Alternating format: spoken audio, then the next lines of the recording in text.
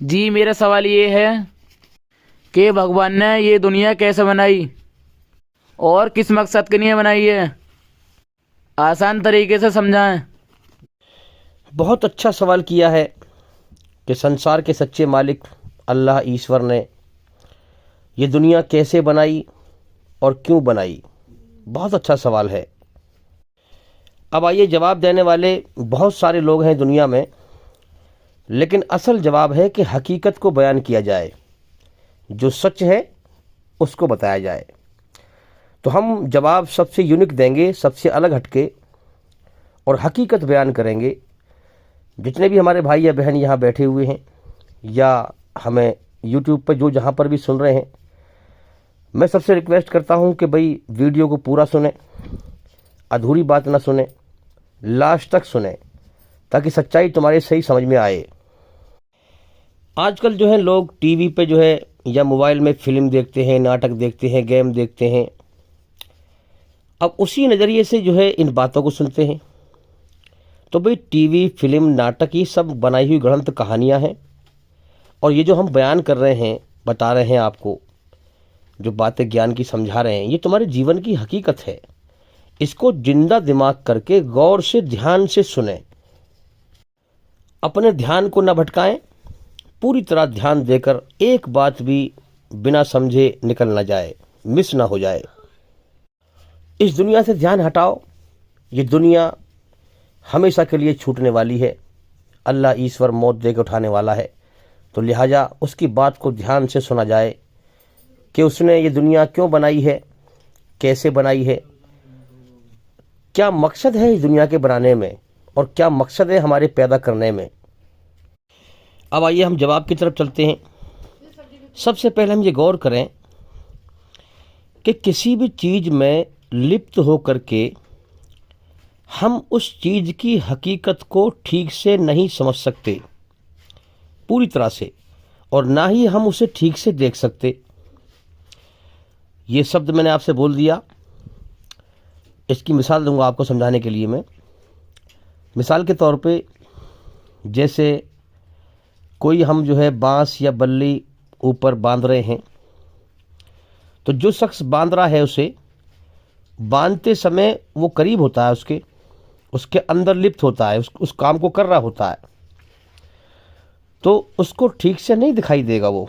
जितना कि पीछे कोई आदमी खड़ा हो दूरी पे, वो उसको देख लेगा कि भाई ये बल्ली टेढ़ी है या ये बांस टेढ़ा है, इसको ऊपर को उठाओ तब ये सीधा होगा। या कोई चिनाई करने वाला मिस्त्री ईंट मसाले की चिनाई करता है, जब वो दीवार चुन रहा होता है तो वो उस काम में उसका ध्यान होता है, उसमें लिप्त होता है वो। हालांकि उसके पास औजार हैं, औजार से जो है सावल डाल रहा है और सूत में ईंट लगा रहा है? हाँ, लेकिन कोई शख्स पीछे खड़ा हुआ है दूरी पे, वो उसको ठीक से देख लेगा कि चुनाई कैसे हो रही है। नहीं आ रही बात समझ में? जिसको थोड़ी सी भी नॉलेज होगी वो बता देगा कि ये ईंट टेढ़ी है या ये दीवार टेढ़ी जा रही है। जो कर रहा है वो उसमें लिप्त है, तो वो उसके करीब है उस काम के और उसमें लिप्त है। उसको इतना बेहतर नहीं दिखाई देगा जितना कि दूर से खड़े होकर जो इंसान देखेगा उसको दिखाई देगा। समझ में आ रही है बात? इसी प्रकार से मान लें मिसाल के तौर पर कहीं कोई जो है डीजे बज रहा है बहुत गुमक के साथ, और उसके सामने लोग नाच रहे हैं। अब दूर से कोई आदमी कहता है कि भाई ये यहाँ पर क्या हो रहा है, दूर से कह रहा है वो। तो कोई कहता है अभी यहाँ पर शादी हो रही है, उन्होंने कहा जरा मैं भी देख के आऊं। अब वो जाता है, दूर से देखता है तो डेग अलग रखा हुआ है और उसके सामने अलग अलग लोग खड़े हुए हैं और कुछ लोग अलग अलग नाच रहे हैं। तो जो दृश्य उसको दूर से दिखाई दे रहा है, अलग अलग डेग अलग रखा हुआ है, कुछ लोग खड़े हुए हैं, कुछ लोग नाच रहे हैं, जो दृश्य उसे वहां से दिखाई दे रहा है ठीक तरह से, जो लोग वहाँ पर नाच रहे हैं या खड़े हैं वो उसमें लिप्त हैं, उनको नहीं दिखाई दे रहा। समझ में आ रही है बात कि नहीं? तो जो चीज़ इंसान को किसी चीज़ को देखना है और समझना है ठीक तरह से, तो उस चीज़ से अलग हट के उस चीज़ को देखो। मेरा कहने का मतलब ये है, समझाने का मतलब ये है मेरा, कि अगर आपको किसी चीज़ को देखना है कि ये चीज़ किस तरह की है, या कोई नई चीज़ आपके सामने आई, अब आपको ये देखना है कि भाई ये चीज़ बनाई किसने है, और ये किस मकसद के लिए बनाई है, और ये क्यों बनाई है कि नहीं? अब आप पे घर में ही कोई जो है कोई चीज़ ले आए खरीद के नई, और वो बिल्कुल नई तरह की चीज़ हो, जो लाया हो वो वहाँ पे ना हो, आप उसको देखेंगे, यार ये मशीन क्या चीज़ है, ये क्या है, ये किस तरह से बनाई गई है, और ये किस काम के लिए बनाई गई है। नारी बात समझ में है? देखो वो वाली बात तो बने ना कि जी बंदर क्या जाने अदरक का स्वाद। मैं भौंक रहा हूँ और तुम्हारे समझ में ना आए बात, फिर फायदा क्या है? मैंने पहले ये बात शुरू में कही कि पूरा ध्यान लगा कर रखें, जब बात का रंग समझ में आएगा। जिस प्रकार बंदर के सामने कोई नई चीज़ ला के धर दे ना, कोई नई चीज़ ला के धर दे, अब उसे इंजन को पलटेगा, कभी उंगली को पलटेगा, देखेगा कि क्या चीज़ है, गौर करेगा मेरे खाने के मतलब की है कि नहीं है। इसी प्रकार से तुम भी देखोगे उस चीज़ को। कोई नई नई मशीन तुम्हारे घर में ला के रख दी जाए और लाने वाला कहीं चला गया हो, तुम देखोगे भाई हमारे पिताजी इसको लेके आए हैं, ये क्या चीज़ है, उल्टोगे पलटोगे, ये काय के लिए बनाई गई है, इससे होता क्या है कि नहीं? तो इसी प्रकार से हम समझें कि जो चीज़, इसी प्रकार से हम देखें, जैसे मैंने मिसाल दी अभी कि किसी चीज़ को दूर से देखें कि ये कैसे बनाई गई और क्यों बनाई गई। इसी प्रकार से इस ज़मीन और आसमान से बाहर तो हम जा नहीं सकते भाई। अगर हम इस दुनिया को ज़मीन आसमान से हटकर बाहर खड़े होकर देखें, जैसे किसी कमरे को देखते हैं कमरे से बाहर निकल के, समझ में आ रही है बात? किसी हॉल को देखते हैं हॉल से बाहर निकल कर, हॉल सामने है और हम इधर खड़े हुए हैं। इसी प्रकार से दुनिया सामने है और हम दुनिया से बाहर खड़े हुए हैं। तो दुनिया से बाहर तो हम हकीकतन तौर पर जा नहीं सकते, क्योंकि कुरान कहता है कि ए जिन्न और इंसानों, तुम मेरे ज़मीन और आसमान से बाहर नहीं जा सकते। जिस प्रकार से मैंने तुम्हें पैदा किया है, मेरी कुदरत से बाहर नहीं जा सकते। तो लिहाजा हम हकीकतन अपने पैरों पर चलकर तो नहीं जा सकते, दुनिया से बाहर जा करके दुनिया को देखें इसे हम। हाँ, हम अपने ख्यालों की दुनिया में, अपने मन के ख्याल में इस दुनिया से एक बार को हटके और फिर इस दुनिया को हम देख सकते हैं कि ये दुनिया कैसे बनाई, किस प्रकार से इसको बनाया गया है, किस तरह से इसको बनाया गया है, किस तरह से इसके डिजाइन बनाए गए हैं, किस तरह से इस कायनात में हर चीज की रचना रची है ईश्वर ने। समझ में आ रही है बात? देखो मैं फिर कह रहा हूं, इस बात को अगर ध्यान नहीं लगाओगे तो कुछ पल्ले नहीं पड़ेगा। बड़ी कीमती बात है, एक पल को भी ध्यान मत हटाओ। तो हम अपने मन के ख्याल में जैसे हम किसी कमरे को दूर से खड़ा होकर देखें, या किसी पार्क को पार्क होते हैं ना, फुलवाड़ियाँ हैं, वहाँ पर अलग अलग पेड़ लगे हुए हैं, अलग अलग किस्म के पेड़ लगे हुए हैं, अलग अलग हिसाब से क्यारी बनी हुई है और वो बना हुआ होता है, या बाग हो कोई। मिसाल से बात को समझें, जल्दी वक्त कम है। तो इसी प्रकार से हम जैसे किसी पार्क को देखें दूर से खड़ा होकर और उसमें ध्यान लगाएं कि भाई इसलिए पार्क जो है किसने बनाया है।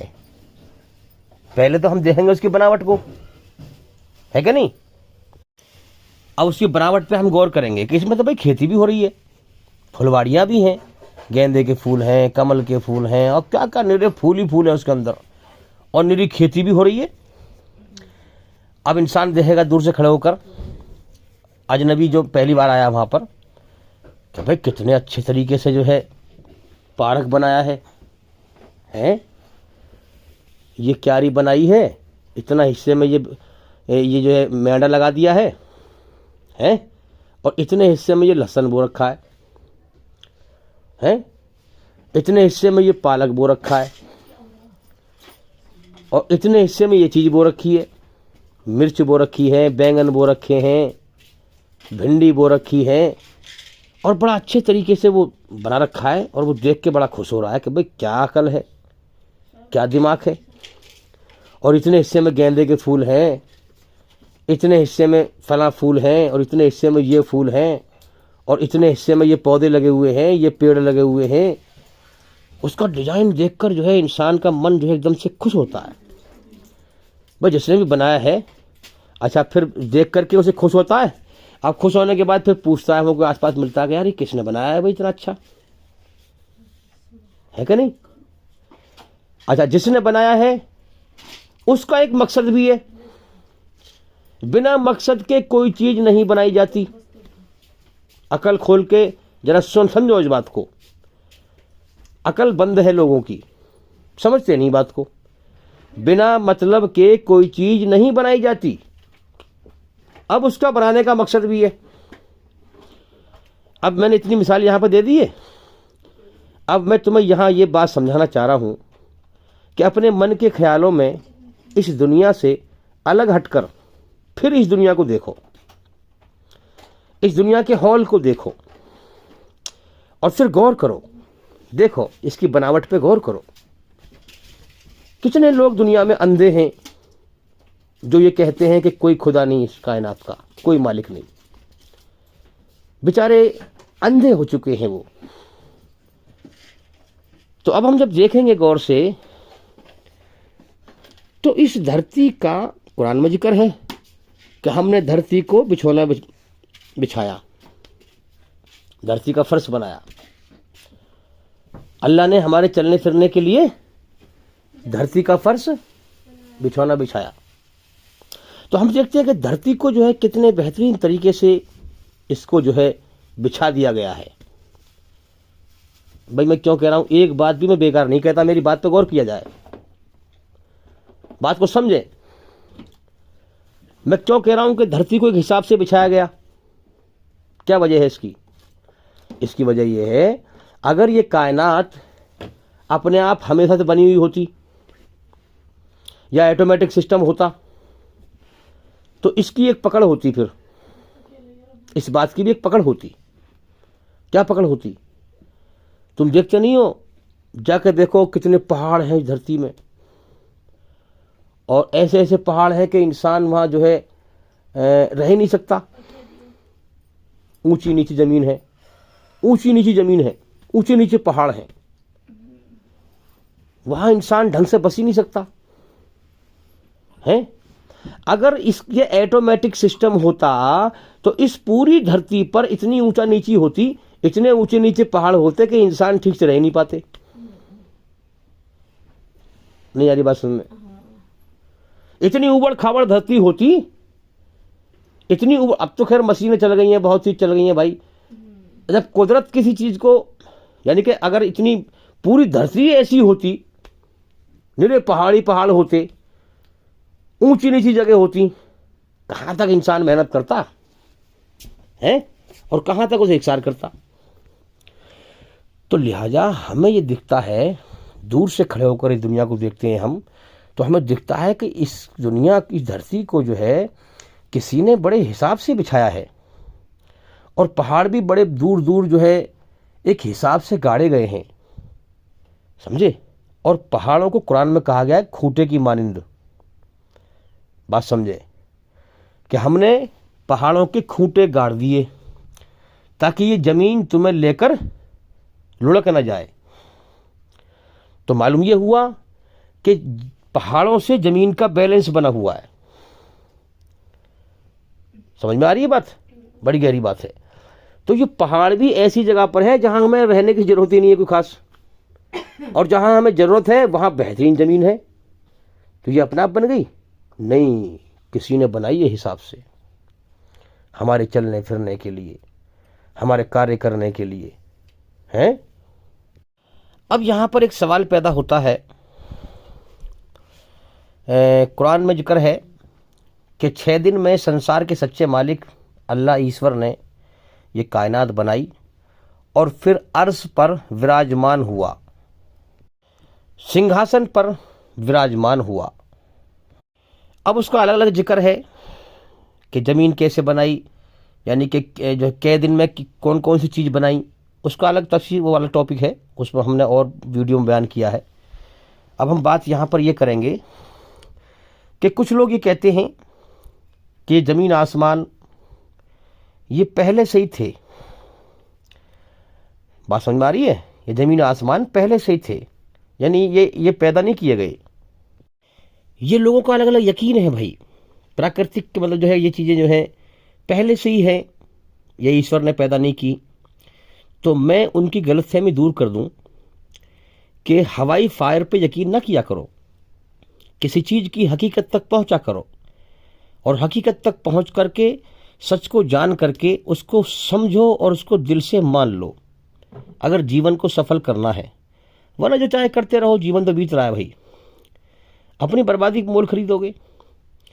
तो अगर हम समझें बात को तो हम जीवन को सफल कर लेंगे। तो सबसे पहले हम ये समझें कि कुरान हदीस की रोशनी में हमें ये मालूम होता है कि कुछ न था, अल्लाह था।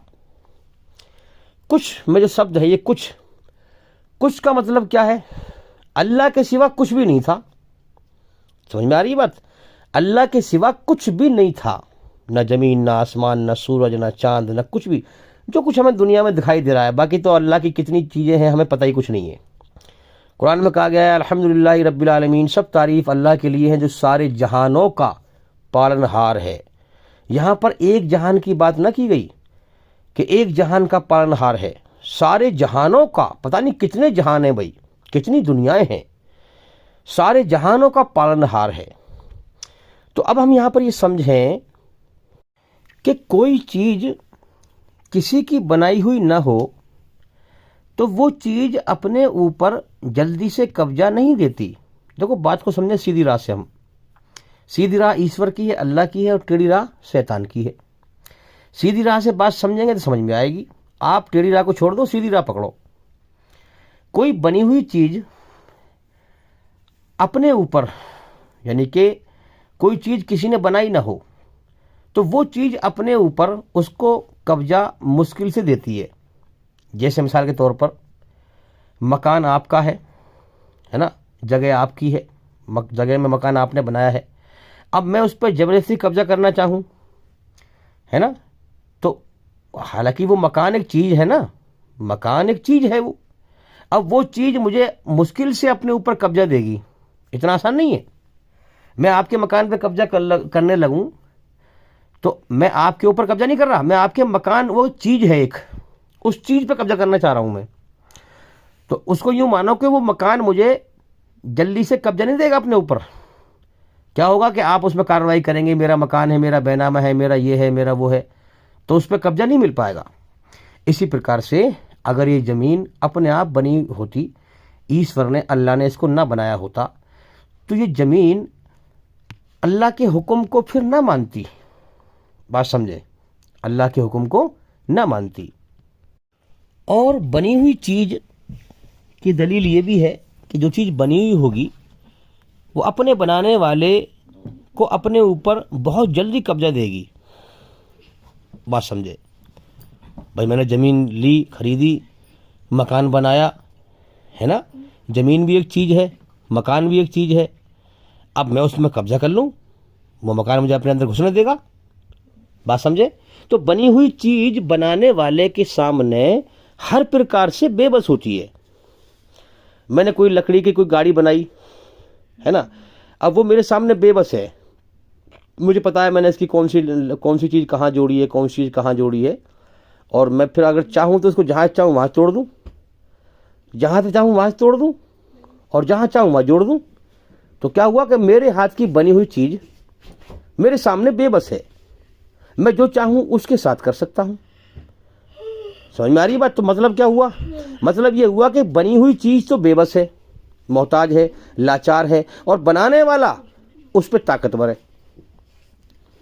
नारी बात में आज जो हमारे जितने भी गैर मुस्लिम भाई हैं बेचारे शैतान का शिकार हैं, मैं तो इन लोगों के लिए दुआ करता हूँ, प्रार्थना करता हूँ कि अल्लाह ईश्वर सही राह दिखाए, शैतान के धोखे से बचाए। अपने हाथ से मूर्ति बनाते हैं। अब अपने मूर्ति को बनाया तो मूर्ति का बनाने वाला कौन है? क्रिएटर, इंसान। और मूर्ति जो है बनाई गई क्योंकि तो वो इंसान के सामने बेबस है।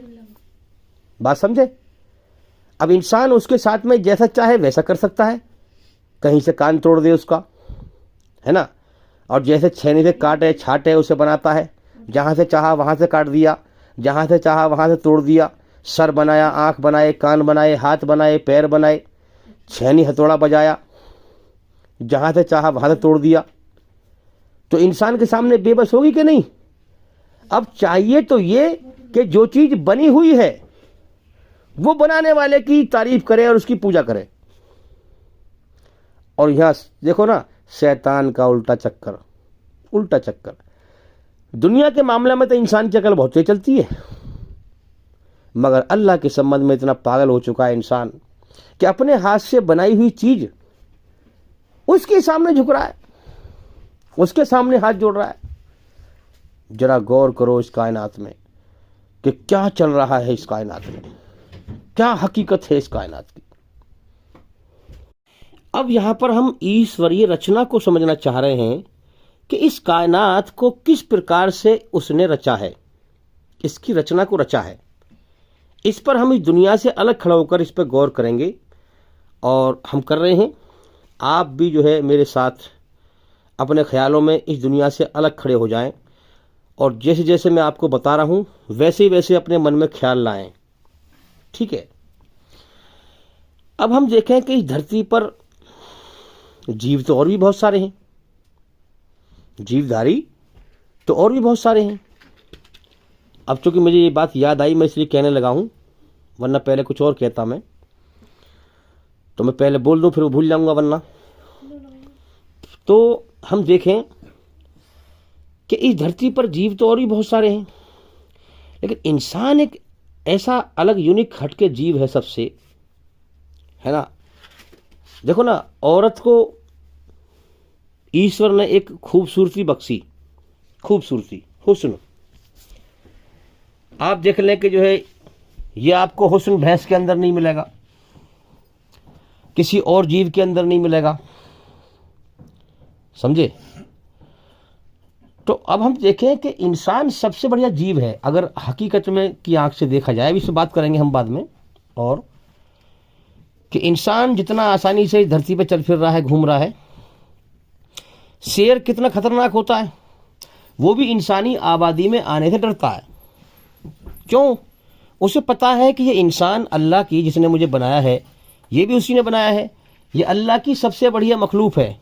इसके पास अकल है, ताकत तो नहीं है मेरे बराबर, मगर अकल है, ये मुझे अकल से मार देंगे, जानता है वो इस चीज़ को। इसलिए इंसानी आबादी में आने से डरता है, और कभी भटक जाए तो चोरी छुप के हमला करता है। सरेआम दिन में नहीं आता, वो डरता है वो, समझे। तो अब हम देखें इस चीज को कि इंसान के ताबे मतलब कहूंगा मैं कब्जे में कर दिया है इस कायनात की बहुत सारी चीजों को अल्लाह ने। बात पे गौर करें। अगर अल्लाह ताला पहाड़ को हुक्म दे दे कि इसका कहना ना मान इंसान का, तो तुम पहाड़ में एक छेनी मारकर एक कण के बराबर पहाड़ तोड़ नहीं सकते, पहाड़ तुम पर टूटेगा ही नहीं। बात समझे। आज जो तुम मूर्तियां बना रहे हो, शैतान ने तुम्हें बना रखा है पागल, 2 दिन का बालक बना रखा है। जरा भी अकल का सही इस्तेमाल कर कर सही ईश्वर की खोज नहीं करते। अगर ईश्वर पहाड़ों को हुक्म दे दे कि इंसान का कहना नहीं मानना, तो तुम एक कण के बराबर पहाड़ का टुकड़ा तोड़ नहीं सकते पहाड़ में से, समझे। पहाड़ लुढ़क के तुम्हें मार देगा। बात समझे। इसी प्रकार से ये पेड़ है, पेड़ पेड़ों में भी जान है, याद रखें, आज साइंस ने प्रूव कर दी है ये बात। तो पेड़ों को हुक्म दे दे कि इंसान का कहना नहीं मानना, इसके ताबे नहीं होना, इसके ताबे, इसके कब्जे में नहीं आना। हाँ, तो हम पेड़ की एक लकड़ी काट नहीं सकते, समझ में आ रही है बात। हाँ, तो अल्लाह ताला ने इस जो चीज़ हम इस दुनिया में बरत रहे हैं, पेड़ हो, पत्थर हो, ज़मीन खोदते हैं, जो भी करते हैं हम, ये सब चीज़ें अल्लाह ने हमारे अधीन कर दी हैं, हमारे कब्जे में कर दी हैं। इसीलिए हम इन्हें तोड़ फोड़ के अपने इस्तेमाल में लेते रहते हैं। वरना अगर अल्लाह चाहे तो हमारे ऊपर इनका कब्जा करा दे, हमारे ऊपर इनका कब्जा करा दे। तो इस चीज़ से हम गौर करें। आज जो लोग ये कह रहे हैं कि ये जो ज़मीन है या ज़मीन आसमान है ये पहले से बने हुए थे, अल्लाह ने नहीं बनाए, अरे मेरे भाई, बनी हुई चीज़ बनाने वाले के सामने बेबस होती है। ये ज़मीन अल्लाह के सामने बेबस है। कैसे है, मैं दलील दूंगा इस बात की। आप देखें, ईमानदारी से बताओ, कुछ तो अकल का इस्तेमाल करो यार, अकल से कुछ तो सोचो। क्या ज़मीन में इतनी ताकत है कि गन्ने को मीठा कर दे? मैं आपसे पूछ रहा हूँ, जरा सोचिए। ज़मीन एक मट्टी है और जो है इसका जायका अलग है मट्टी का है, अगर देखा जाए तो बेजान सी दिखती है हमें, बेजान है। तो ज़मीन में इतनी ताकत है कि गन्ने को मीठा कर दे, नींबू को खट्टा कर दे, नींबू को खट्टा कर दे, संतरे को खट्टा मीठा कर दे, है इतनी ताकत। आप जरा अपनी खाने पीने की चीज़ों में गौर करें, कितनी तरह की चीज़ें आप खाते हैं। सब्जियां अलग हैं, कितने प्रकार की सब्जियां हैं, और सबका जायका अलग अलग है, सबका रंग अलग अलग है, सबकी बनावट अलग अलग है, सबका आकार अलग अलग है। जैसे जैसे मैं कहूँ ना, वैसे ही आप अपना दिमाग दौड़ाते जाएं, फटाफट सोचते जाएं। अब आप आ जाएं मसालों में, कितने प्रकार के मसाले हैं। गरम मसाला है, लौंग है, हल्दी है, धनिया है, मिर्च है, लहसुन है, प्याज है, कितनी तरह की चीज़ें हैं। सबके जायके अलग, सबके रंग अलग, सबके आकार अलग। फलों में अलग अलग जायके हैं, कितने प्रकार के फल हैं। सब्जियों में अलग अलग जायके हैं, कितनी प्रकार की सब्जी हैं। मसालों में कितने प्रकार की हैं। भाई आप खुद कायनात में गौर करें इस चीज़ के ऊपर, कितनी तरह की हमारी खाने पीने की चीज़ें हैं जो अलग अलग तरीके से ईश्वर ने, अल्लाह ने पैदा की है। अब मैं आपसे पूछ रहा हूँ एक बात, सवाल है मेरा, अगर ये ज़मीन अल्लाह ने नहीं बनाई तो फिर ये अल्लाह का हुक्म कैसे मानती है? भाई ज़मीन में इतनी ताकत है, गन्ने को मीठा कर दे, इन तमाम चीज़ों को अलग अलग रंग दे दे, अलग अलग जायके दे दे, है इतनी ताकत? अल्लाह पैदा करता है, कोई हस्ती है। इस कायनात के डिज़ाइन पर गौर करें, इसकी रचना पर गौर करें, इस कायनात के बनने को और इस कायनात के चलने में, इस कायनात से अलग मन के ख्यालों में खड़े होकर इस कायनात को देखो, किस तरह से बनाई गई है और किस तरह चलाई जा रही है। हाँ, मैं तो भी रोज़ देखता हूँ, मैं तो इस कायनात के जो है रचना को, बनने को, चलने को रोज़ देखता हूँ। आप भी इस कायनात में गौर करें और मन के ख्यालों में इस कायनात से अलग हटके इस कायनात के कमरे को, इस कायनात के हॉल को देखें, इसमें हो क्या रहा है, इसमें चल क्या रहा है, इसमें क्या खेल चल रहा है। हाँ, इसमें के अंदर क्या खेल रच दिया है और क्या खेल हर रोज रचा जा रहा है। तो आपकी अकल इस बात को मान गई होगी कि वाकई ज़मीन में इतनी ताकत नहीं है कि इतनी सारी चीज़ें खाने पीने की, खट्टी मीठी नमकीन पैदा कर दे। ये सबके रंग अलग अलग हों, सबकी बनावट अलग अलग हो, सबके जायके अलग अलग हों। इस ज़मीन में इतनी ताकत नहीं है। कोई है शक्ति, कोई है ताकत जो दिखाई नहीं देती और ये सारे काम कर रही है। और इस बात से एक दलील साबित हुई कि उस हस्ती से कोई चीज़ छुपी हुई नहीं है। हाँ, हमारे मन का हाल छुपा हुआ नहीं है उससे। मेरे भाइयों, जागें, बारीकी से गौर करें। तुम तो कोई भी बीज हो, गेहूं का बीज हो, जमीन में हल चलाकर और जमीन खोद के उसको दबा देते हो, वो तुम्हारी निगाहों से छुप जाता है, तुम्हारी आंखों से छुप जाता है। अब उसके अंदर उसका बीज का पौधा बनाना, जमीन के अंदर अंदर पौधा बन रहा है पौधा बन रहा है, क्या क्या हो रहा है, ईश्वर उसको अंदर देख रहा है। अंदर, क्योंकि जब भी तो बना रहा है वो अंदर देख रहा है। तो अल्लाह ताला याद रखें कि हर चीज़ को अल्लाह ने पैदा किया है। इसीलिए आप देख रहे हैं कि पूरी कायनात में एक अल्लाह की बादशाहत छाई हुई है हर चीज़ के ऊपर। तो ये मैंने बता दिया आपको कि जो चीज़ बनी हुई है बनाने वाले के सामने बेबस होती है, मोहताज होती है। इसीलिए हम देख रहे हैं कि एक हस्ती है जो आँख से दिखाई नहीं देती है, मगर उसकी बादशाहत हर चीज़ के ऊपर छाई हुई है, उसके सामने हर चीज़ अधीन है। तो अब हम देखें कि उस हस्ती ने धरती का बिछौना बिछा दिया हमारे चलने फिरने के लिए, जिस पे हम चल फिर रहे हैं। अब चूंकि दुनिया के धोखे में हम गुम हैं, तो इसलिए हमें इन चीज़ों का एहसास नहीं, हम इन पर गौर नहीं करते। अब आसमान, इस धरती से आसमान को इतना ऊंचा उठा दिया, इतना ऊंचा उठा दिया, इतना ऊंचा उठा दिया कि अगर हम धरती पे से एक सीढ़ी लगाएं, पहली बात तो लगा नहीं सकते, लेकिन हम मान लें एक बार को धरती पे से एक सीढ़ी लगाएं आसमान पे को, तो 500 साल में भी आप आसमान पे नहीं पहुंच पाएंगे, इतना ऊंचा है ये आसमान। अब देखो ना, अब हम भी कोई बनाते हैं घर, तो हम क्या करते हैं भाई, नीचे बनाएंगे, उसके लिए अपने नीचे बैठने के लिए उठने के लिए जगह जगह चाहिए हमें, है ना। और फिर हमें चाहिए छत ऊपर, है तो छत हम डालते हैं गाटर पत्थर की या लेंटर की, और दीवारें होती हैं। इसी प्रकार से इस कायनात को भी एक कमरे की तरह से, हॉल की तरह से बनाया गया है। इसके डिजाइन पे गौर करें जरा आप, कि पहले जगह उसने हमारे लिए बना दी, जमीन जगह, और फिर छत बना दिया, आसमान ऊपर से पैक कर दिया। अब छत के ऊपर हमें कुछ दिखाई नहीं दे रहा, जैसे हम कमरे में बैठे हुए हों, तो हमें छत अंदर से पैक है, ऊपर क्या हो रहा है हमें दिख नहीं रहा कुछ भी।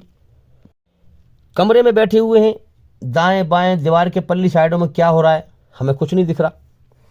तो इसी प्रकार से धरती का बिछौना बिछा दिया, आसमान को छत बना दिया, और इसमें एक वक्त का सिस्टम चला दिया, वक्त का सिस्टम। चूंकि हम वक्त में लीन है ना, इसलिए हमें ये बात जल्दी समझ में नहीं आएगी।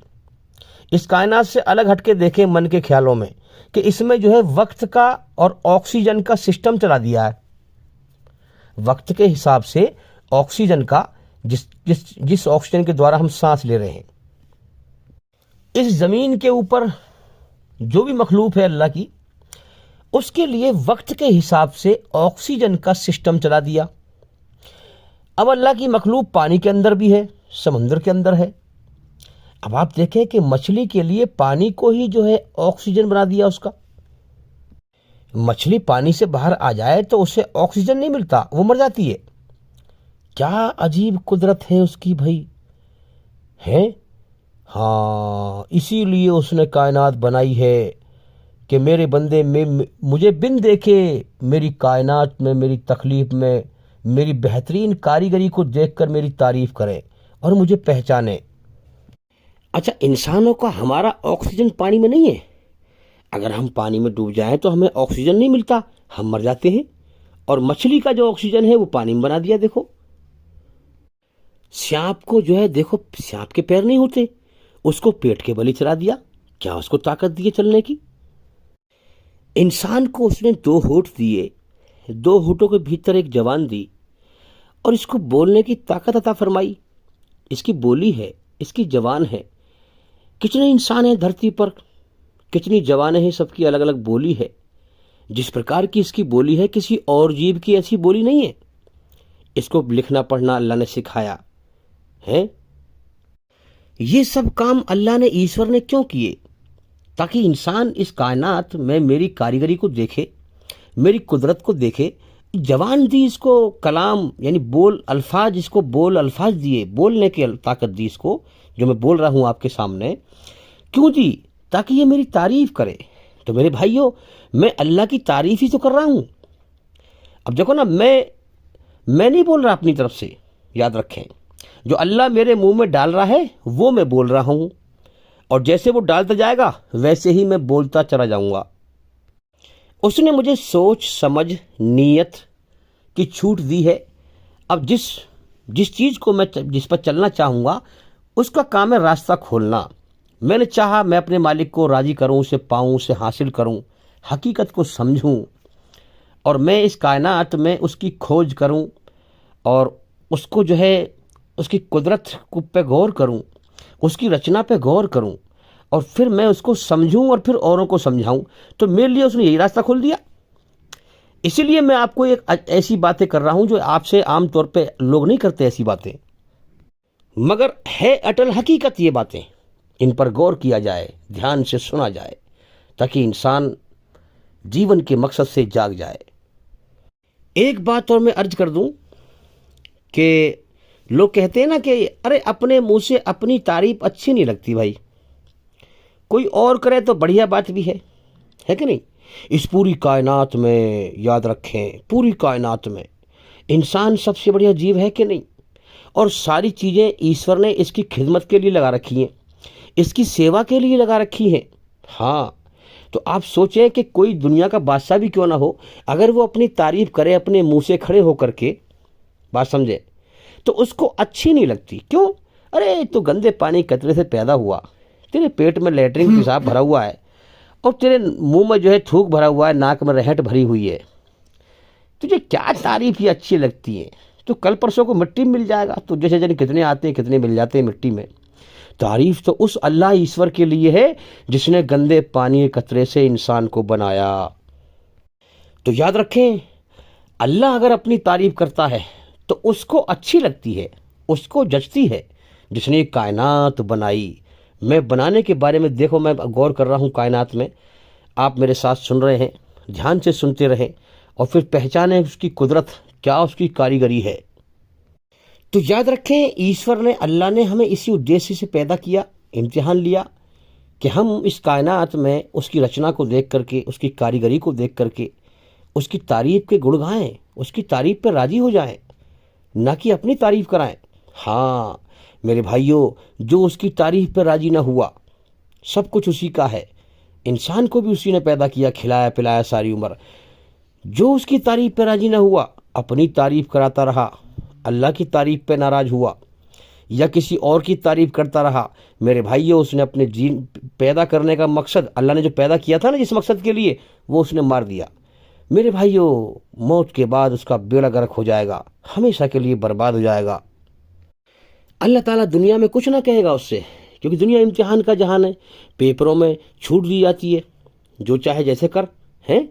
हाँ, दुनिया पेपरों का जहान है, यहाँ कुछ नहीं कहेगा। लेकिन जब मौत दे के उठाएगा मेरे भाइयों, वो अपने सामने अपनी बर्बादी को देखेगा। वो देखेगा कि जिस मालिक ने मुझे पैदा किया था, जमीनों आसमान में जो कुछ था सब उसी का था, सब उसी का मैंने खाया पिया, उसी ने जीवन दिया और उसी की तारीफ पे मैं राजी ना हुआ, मैं अपनी तारीफ कराता रहा, उसका नाशुक्रा बना, उसका मैंने शुक्र ना किया। तो मेरे भाइयों, जिस मकसद के लिए ईश्वर ने मुझे पैदा किया था, वो मकसद ही मैंने मार दिया, खत्म कर दिया। तो मेरे भाइयों, फिर ईश्वर क्या करेगा उसके साथ में? अपने नाशुक्रों के लिए उसने नरक की आग तैयार कर रखी है, जो उसकी बनाई हुई रचना के खिलाफ चले, उसका एहसान ना माने, अच्छाई पर ना चले। आप इस कायनात की एक एक चीज पर गौर करें। जब आप उस पर सर्च करेंगे कि ये चीज बनाई गई है और किस मकसद के लिए बनाई है, तो आप 100% एक कण के बराबर चीज का भी मकसद पाएंगे कि ईश्वर ने, अल्लाह ने एक चीज भी बिना मकसद के नहीं बनाई। ठीक है, अब आप देखें, इस कायनात में गौर करें, ये जमीन और आसमान के बीच अल्लाह ईश्वर ने टेस्ट लेने का जहान बनाया है, एक हॉल बनाया है। हाँ, अब यहां पर क्या हो रहा है, क्या क्या खेल हो रहा है, अभी जरा गौर करें हम। हजारों लाखों करोड़ों बच्चों को रोज, कोरी आत्माओं को, हाँ बेगुनाह आत्माओं को रोज माँ के पेट से बाहर निकाला जा रहा है, इस जहान में भेजा जा रहा है। इस दुनिया में हजारों लाखों बच्चों को रोज वो भेजता है पैदा करके। ये जो जरिया है माँ के पेट से बाहर निकलना, और शरीर का खोल पहना दिया है आत्मा को, ताकि कर्म कराए, कर्म करने के लिए जहान में भेजा है। इस जहान का भी सिस्टम कर्म करने के हिसाब से बनाया गया है। देखो ना, दिन का एक हिसाब, दिन निकलता है ना, और फिर रात होती है। दिन जब निकलता है तो हमारा मन करता है अब कर्म करें, अपने आप मन करता है कर्म करें। रात होती है जब थक जाते हैं काम करते करते, जब रात होती है तो अपने आप मन करता है कि अब आराम करें। तो इसी हिसाब से हमारे शरीर का, आत्मा का और इस कायनात का सिस्टम उसी हिसाब से रचा गया है ताकि हम कर्म करें। अब कर्म क्या अल्टप करें? अंधेर नगरी है कोई? नहीं मेरे भाइयों, इसमें बारीकी से गौर करें, समझने की जरूरत है। इंसान के अलावा सारे जीवों को, सारे जीवधारियों को रोजी बिना कमाए देता है और हमें रोजी कमवा कर देता है। हाँ, कमवा कर देता है, हमसे काम कराता है। मेहनत करो, मजदूरी करो, बिजनेस करो, हैं कितने सारे काम, हम काम में लगे हुए हैं। इंसान हमसे जो है कर्म करवा के हमें देता है। अच्छा, अब कर्म भी कोई अल्टप हो रहे हैं? नहीं मेरे भाइयों, अंधेर नगरी नहीं है, कर्म अल्टप नहीं हो रहे। कर्म करने से पहले ईश्वर ने अपनी रचना को इंसान के अंदर रच रखा है कि ईमानदारी से कमा ले या बेईमानी से कमा ले, ये रचना है। सच बोल के कमा या झूठ बोल के कमा, ये रचना है। अच्छाई पर चलकर कमा या बुराई पर चलकर कमा, ये रचना है। सच बोलने से सुकून पैदा कर देता है। ये दलील दी है कि सच्चा रास्ता मेरा है, सच्चे रास्ते पर चलकर मेरी तरफ को चल के आ तो मुझे पा लेगा। सच्चाई में राहत है, सुकून है, झूठ में तबाही है, बर्बादी है। झूठ बोलने पर, बुरा काम करने पर, पाप करने पर, रचना के खिलाफ चलने पर बेचैन कर देता है। अरे मेरे भाई, सुनने के साथ साथ कभी आपने अच्छे बुरे कर्म किए हो तो उस पर थोड़ा दिमाग तो लगाएं, एहसास तो करें कि ये बात मैं सही कह रहा हूँ, गलत कह रहा हूँ। क्या ईश्वर गुनाह करने से, रचना के खिलाफ चलने से बेचैन नहीं करता अंदर से? आपने कभी बुराई कभी पहले करी हो तो गौर तो करें कि हाँ मुझे बेचैन किया था, है? और जब अच्छा काम करते हैं दिल से, कोई काम, कोई भूखा हो, कोई परेशान हो, आप उसके दुख को दूर कर दें तो आपके अंदर भी ठंडक पैदा करता है वो, आपके अंदर सुकून पैदा करता है वो। ये रचना है ईश्वर की। मैं लोगों से कहता हूं कि लोग अंधकार में पड़े हुए हैं, अंधेरे में पड़े हुए हैं। अरे मेरे भाई, सारा जीवन अंधेरे में बर्बाद कर दिया, सारी अकल की ताकत दुनिया के खेल तमाशे पे लगा दी। अब तो सच पे गौर कर और अपने जीवन को नरक की आग से बचा ले, बचा ले, अभी वक्त है। सच पे गौर कर, हकीकत को समझ, जल्दी जागने की जरूरत है। ईमानदारी से बताओ, इस कायनात में एक भी चीज अल्लाह ने बेकार पैदा नहीं की है। ये जो हमारे अंदर रचना रची है, अच्छाई बुराई के एहसास, और फिर कर्म कराता है, हमसे इम्तिहान लेता है, जीवन का समय देता है। जब समय हो जाता है पूरा, मौत देकर उठा लेता है। क्या तुम्हें दिख नहीं रहा दुनिया में कितने लोग मरते हैं रोज? क्या आंख नहीं खुलती है? तो जिसने हमारे अंदर ये रचना रची है, ईमानदारी से बताओ, ये रचना फिर उसने बेकार रची है हमारे अंदर, है? ये रचना रची ही इसलिए है ताकि वो इस रचना के आधार पर हमें बदला दे सके। जागो, गौर करो, गौर करो, धोखे में मत आओ, मौत के बाद कुछ नहीं है। शैतान ने भटका रखा है, भटका रखा है, हकीकत से अंधा कर रखा है। मेरे भाइयों, ये दो प्रकार की रचनाएं हैं, अच्छाई और बुराई, अच्छाई और बुराई। अच्छाई में सुकून, बुराई से बेचैनी, घबराहट। बुराई कराता शैतान का है, बिल्कुल सीधी बात है, समझ लो। अब भी वक्त है, अब भी वक्त है। जब मौत आएगी ना, तुम्हें मालूम भी ना होगी कि आज का दिन मेरी जिंदगी का आखिरी दिन होगा इस दुनिया में। तुम्हें उठा ली जाएगा दुनिया से, डरो उस मालिक से। हाँ, तो अच्छाई का रास्ता ईश्वर का है, जिसका अंजाम बता दिया है कुरान में, जन्नत, स्वर्ग, जो ईश्वर को पाके उसे राजी करके जाएगा। और बुराई का रास्ता शैतान का है, बुराई के अंदर बेचैनी पैदा करता है, जिसके बारे में बता दिया गया है कि वो रास्ता शैतान का है और वो नरक में लेके जाएगा। मेरे भाइयों, नरक बहुत बड़ी तबाही की चीज़ है। ये दो रास्ते दो चीज़ों से खुलते हैं।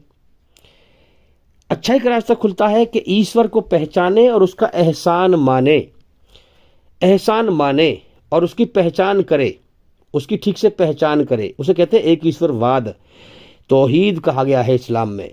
तो सारी अच्छाइयों की जड़ है तौहीद, एक ईश्वर को पहचानना।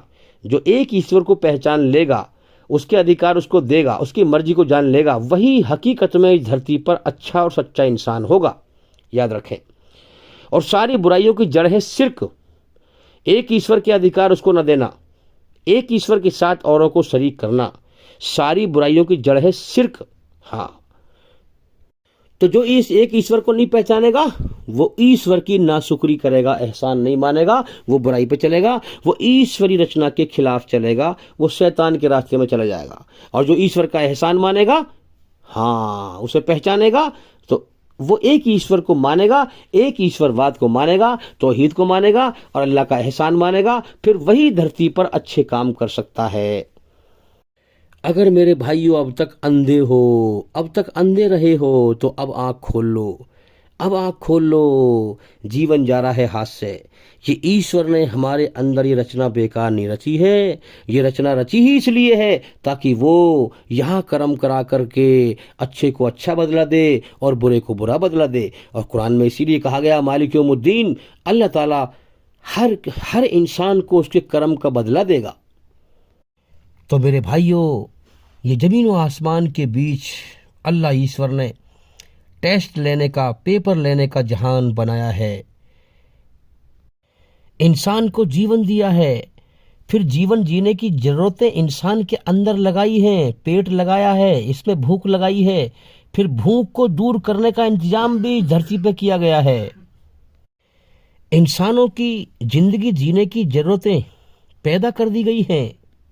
जैसे जैसे हजारों इंसानों को जीवन का समय देकर पैदा किया जाता है इस दुनिया में, वैसे ही उनके लिए रोजी का इंतजाम किया जाता है, रोजी भेजी जाती है, जीवन का समय दिया जाता है, फिर टेस्ट लेकर, हाँ, कर्म करवा करके, अच्छे कर या बुरे कर, रोज अच्छे बुरे कर्म करके मर रहे हैं यहाँ से लोग। मेरे भाइयों, हकीकत पे गौर करो।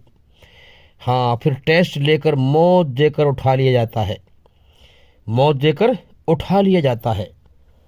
और सबसे बड़ी अफसोस की बात तो ये कि शरीर मिट्टी से बनाया था कर्म कराने के लिए, रूह को खोल पिराने के लिए। अब रूह से कर्म करवा करके, शरीर का खोल चढ़ा करके, कर्म करवा करके, और शरीर को यही मिट्टी में मिलवा देता है और रूह को फिर बुला लेता है ऊपर।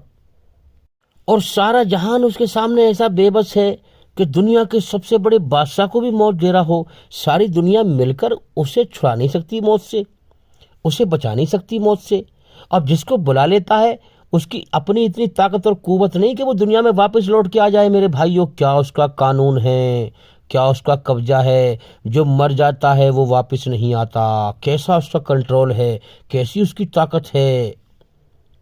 वरना जो इंसान दुनिया में लिप्त हैं, जब वो मरते हैं, जहाँ वो पहुँचते हैं, वो पूरी ताकत लगाएंगे कि हम वापस लौट जाएं दुनिया की तरफ, मगर नहीं लौट सकते।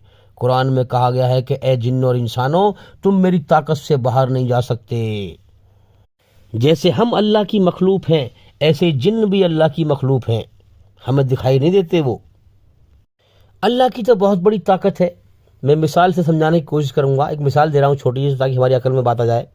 एक चींटी कितनी छोटी है हमारे सामने, और वो एक बार को देखा जाए तो बेबस भी है हमारे सामने। चींटी छोटी सी होती है, हम लकड़ी से उसको पकड़ लें, उसको आगे से रोक दें, उसको मार दें, हम उस पर कुछ भी कर सकते हैं, है कि नहीं? तो अल्लाह हमसे, जैसे हम चींटी के सामने ताकतवर हैं, अल्लाह हमसे बेहिसाब ताकतवर है। मौत के बाद मेरे भाइयों, हम अल्लाह के सामने बिल्कुल बेबस हो जाते हैं। अब जो चाहे वो करे हमारे साथ। इसलिए कुरान कहता है कि जो जैसे कर्म करके मरा, रचना के खिलाफ या रचना के आधार पर, उसके साथ में मरने के बाद में वैसा ही बर्तावा शुरू हो जाता है। अब एक चीज पे गौर करें आप, इस कायनात का सिस्टम उसने बनाया किस प्रकार से है। इंसानों की जिंदगी के खेल के हिसाब से आप देखें कि इस दुनिया में हर इंसान को अकेले भेजता है ना, अकेले भेजता है। और फिर इस कायनात का सिस्टम ऐसा बनाया है कि जब कर्म उसके पूरे हो जाते हैं, इम्तिहान का समय पूरा हो जाता है, जब मौत का समय आता है, तो ये पूरी कायनात इंसान को अपने अंदर से धक्का दे देती है, दफा कर देती है। आप देखें, घर के जो मोहब्बत करने वाले हों, कितनी करीबी हों हमारे, सब हमें अल्लाह की तरफ हमें विदा करके आते हैं, छोड़ के आते हैं हमें, यानी अकेले अल्लाह की तरफ हमें धक्का दे देते हैं। सब जा दफे हो जाए यहाँ से। समझ में आ रही है बात? इस कायनात की रचना में आप गौर करें, कितनी मोहब्बत करने वाला क्यों ना हो, जब इंसान मरता है, जब भी थोड़ा बहुत रोते धोते हैं लोग, फिर बाद में भूल जाया करते हैं, फिर बाद में अपनी जिंदगी की ख्वाहिशों को पूरी करने में लग जाते हैं। मरने वाले को लोग भूल जाते हैं। ये दुनिया की जो रचना है, ये भूलने का जहान बनाई है ईश्वर ने। क्योंकि लोग दुनिया में लिप्त हैं, दुनिया के धोखे में गुम है, इसलिए इंसान समझ नहीं पाता। आप इस दुनिया से अलग हटके इस दुनिया को देखें और फिर देखें कि लोग जो है माँ बाप से औलाद कितनी मोहब्बत करती थी, भाई भाई से कितनी मोहब्बत करता था, लेकिन जब मर जाता है तो थोड़ा बहुत रोते धोते हैं और फिर उसके बाद में फिर उसी को देखते हैं 1 महीने बाद 2 महीने बाद वो अपनी ज़िंदगी में मगन होता है, हंस रहा होता है, जैसे उससे कोई बिछड़ा ही नहीं है उससे कोई। क्या इस जहान की रचना बनाई है ईश्वर ने, हम गौर करें इस पे। इंसान को चाहिए तो ये था कि सच पे गौर करे, और कायनात का सबसे बड़ा सच है मौत है। सबसे बड़े सच मौत को देखकर अनदेखा करके सबसे बड़े झूठ पे भागता है इंसान। हर इंसान को पता है मुझे मरना है, मौत कभी भी आ सकती है, लेकिन फिर भी वो दुनिया में ऐसे जीता है जैसे उसे कभी मौत ना आएगी, दुनिया में हमेशा रहेगा। मरने वाले को लोग भूल जाते हैं, अपनी जिंदगी में हमेशा जीने की चाहत में मगन हो जाते हैं, क्योंकि ईश्वर ने जन्नत की चाहत रखी है इंसान के अंदर। उन्हीं चाहतों में इंसान गुम रहता है और कायनात की हकीकत पे गौर नहीं करता है, अपने जीवन के मकसद पे गौर नहीं करता है, अपने जीवन के अटल सच पर भी गौर नहीं करता है कि मेरी जिंदगी कभी भी खत्म हो सकती है। मेरी जो गर्दन में जो डोर है जीवन की, ये किसी और के हाथ में है, मेरी जान किसी और के कब्जे में है, जब चाहे जब मुझे उठा ले। इंसान इस पे गौर ही नहीं करता। एक बेमुहार बेलगाम घोड़े की तरह जन्नत की चाहतें पूरी करने के लिए इस दुनिया में दौड़ लगाता है, गौर नहीं करता मेरा एक मालिक भी है जिसने इस धरती का मुझे बिछौना बिछा दिया, चलने फिरने के लिए आसमान को छत बना दिया, हवाओं को चला दिया, मेरे लिए रोजी को पैदा कर दिया, ये तमाम चीजें पैदा कर दी, इसमें इंसान गौर नहीं करता। तो मेरे भाइयों करोड़ों करोड़ों बच्चों को रोज इस धरती पर, इस जमीन व आसमान के बीच में छोड़ा जाता है और उनके अंदर रचना को रचता है, वो उनके अंदर रचना को रचा जाता है। हाँ, अच्छाई बुराई की रचना, और रचकर उनको जीवन का समय दिया जाता है और कर्म करवा के फिर मौत दे के उठा लिया जाता है। शरीर को मिट्टी में मिला करके आत्मा से कर्म करा के आत्मा को उठा लेता है। आप देखें आप 10 साल में 15 साल में कितने पुराने लोग मर जाते हैं। यहाँ दुनिया में लोग आते हैं और दुनिया की दौड़ लगाते हैं, कोठी बिल्डिंग बंगला, और फिर कुछ दिनों के बाद ही जो है मर मर कर लोग यहाँ से चलना शुरू कर देते हैं। तो आप देखें जो है किस प्रकार से जो है इस कायनात के सिस्टम पे गौर करें। आप किसी जगह पर जाएंगे 10 साल बाद या 15 साल बाद, किसी गांव में जाएंगे, कहीं जाएंगे, तो आप देखेंगे कि पुराने चेहरे, जो पुराने इंसान थे वो कितने मर गए, पुराने इंसानों के चेहरे कितने छिप गए, मर गए, और नए इंसानों के चेहरे दुनिया में आ गए हैं। आप गौर करें इस दुनिया में मेरे भाइयों। हाँ, एक दिन है, एक दिन का एक सूरज है, ठीक है। एक दिन करोड़ों इंसानों की जिंदगी को रोशनी दे रहा है कर्म करने के लिए। समझे बात। आप देखें इस कायनात में, देखें अलग हटके कि एक ही दिन का एक सूरज, अब वो करोड़ों इंसानों के लिए है, वो जाओ कर्म करो कर्म करने के लिए। एक दिन में कितना इंसान कर्म करता है आप सोचे। तो लिहाजा आज का दिन मेरी जिंदगी के मुकद्दर का था और कितने इंसानों की जिंदगी के मुकद्दर का था। हमने क्या कर्म किए आज, हमने कितना अपने मालिक को पहचाना, कितना उसकी कायनात में हमने उसको पहचान कर गौर किया उस पर। ये जिंदगी बहुत छोटी सी है, एक नशा है हमेशा जीने का, उस नशे में लंबी लगती है। जैसे किसी इंसान को शराब का नशा हो और शराब के नशा जब चढ़ जाए उस पर, तो उसको जो है 1 घंटा भी बहुत लंबा लगता है उसको, है कि नहीं। इसी प्रकार से ये जिंदगी है बहुत छोटी सी, इंसान को गफलत में, नशे में लंबी लगती है। और मेरे भाइयों, इस जिंदगी की रफ्तार बहुत तेज है। बनाने वाले ने जो ये हमारी जिंदगी बनाई है, इसमें गौर करें, इसकी रफ्तार बहुत तेज है। दिन और रात यूं ही बीत रहे हैं। हाँ, गौर करने की बात है। इस कायनात में गौर करें, वक्त चलता ही रहता है, रुकता नहीं, एक पल में ही आगे निकल जाता है। और आदमी इस दुनिया को और अपनी जिंदगी को ठीक से देख पाता नहीं और पर्दे से मंजर बदल जाता है।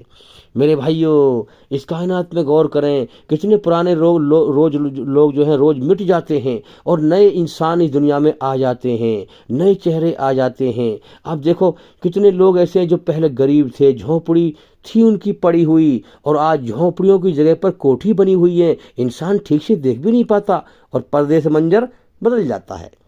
इंसान सोचता है कि दुनिया के धोखे में खेलता रहता है, मेरी नौकरी लग गई, जॉब लग गई, अब मैं गांव में सबसे ऊंचा बन जाऊंगा, अपनी बस्ती में सबसे ऊंचा बन जाऊंगा। लेकिन क्या देखता है वो, वहाँ अपने ख्यालों में रहता है, मेरे पास अब दौलत बहुत हो गई है और मैं सबसे ऊंचा हो गया हूँ। ये क्या देखता है, फिर गाँव में आता है, देखता है, वो देखता है कि जो जिन लोगों के पास नौकरी नहीं, जॉब नहीं, कुछ नहीं, कोई ऐसी चीज़ नहीं, आज उनकी उनकी जो है झोंपड़ी की जगह पे कोठी बन रही है, कोठी बन रही है। मेरे भाई, ये दौलत जिसको अल्लाह चाहता है देता है, जिससे चाहता है ले लेता है। ये तो इसके पीछे ना पड़े, ये दुनिया धोखा है। इसकी कामयाबी कोई कामयाबी नहीं, इसकी जो है, हाँ, इसकी कामयाबी कोई कामयाबी नहीं है। तो मेरे भाइयों, हजारों लाखों करोड़ों इंसानों को रोज दुनिया में पैदा किया जाता है, हाँ, फिर रोजी का इंतजाम किया जाता है, उनसे कर्म करवा के उन्हें रोजी दी जाती है, हाँ, फिर पैदा किया जाता है, फिर मौत दे के उठा लेता है, फिर पैदा करता है, फिर मौत दे के उठा लेता है। क्या तुम्हारी अकल में नहीं आती कि रचना को रच के भेजता है, कर्म करवा के उठा लेता है, फिर सबका बदला देगा।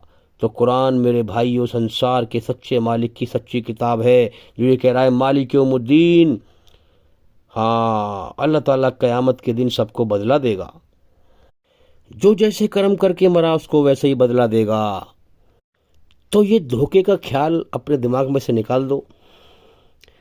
तुम्हारे अंदर ये रचना अच्छाई बुराई के एहसास कर्म कर जो करवा रहा है, वो जीवन का समय दिया है, रोजी भी खिला रहा है, ये रचना तुम्हारे अंदर रची ही उसने इसलिए है ताकि तुम्हारे कर्मों का बदला दे सके। ये ख्याल दिल में से निकाल दो कि मौत के बाद कुछ नहीं है, कोई ज़िंदगी नहीं है। ये धोखे का ख्याल है जिसमें तुम तबाह हो जाओगे।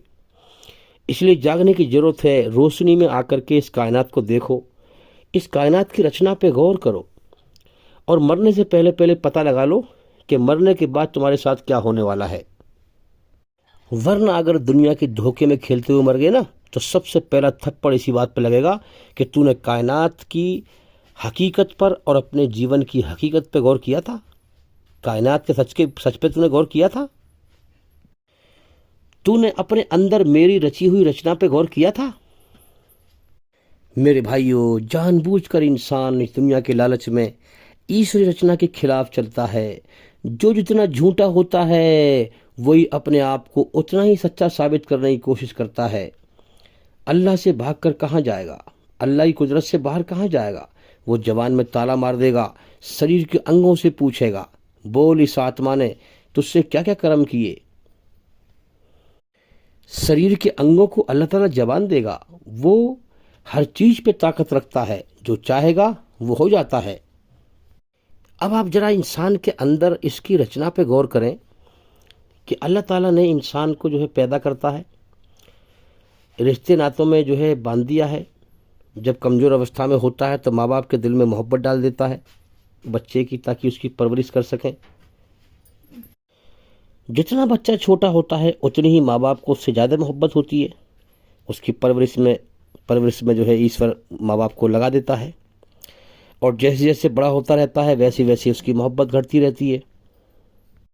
अब देखो ना, जब बड़ा होता है बच्चा, जवानी की दहलीज पे कदम रखता है, अल्लाह ताला उसको समझ देता है, अकल देता है, अकल की पुख्तगी देता है, आँखों में नई रोशनी, ताज़ा रोशनी देता है, कानों में नई सुनवाई, ताज़ा सुनवाई देता है, अकल को ताजगी और पुख्तगी देता है।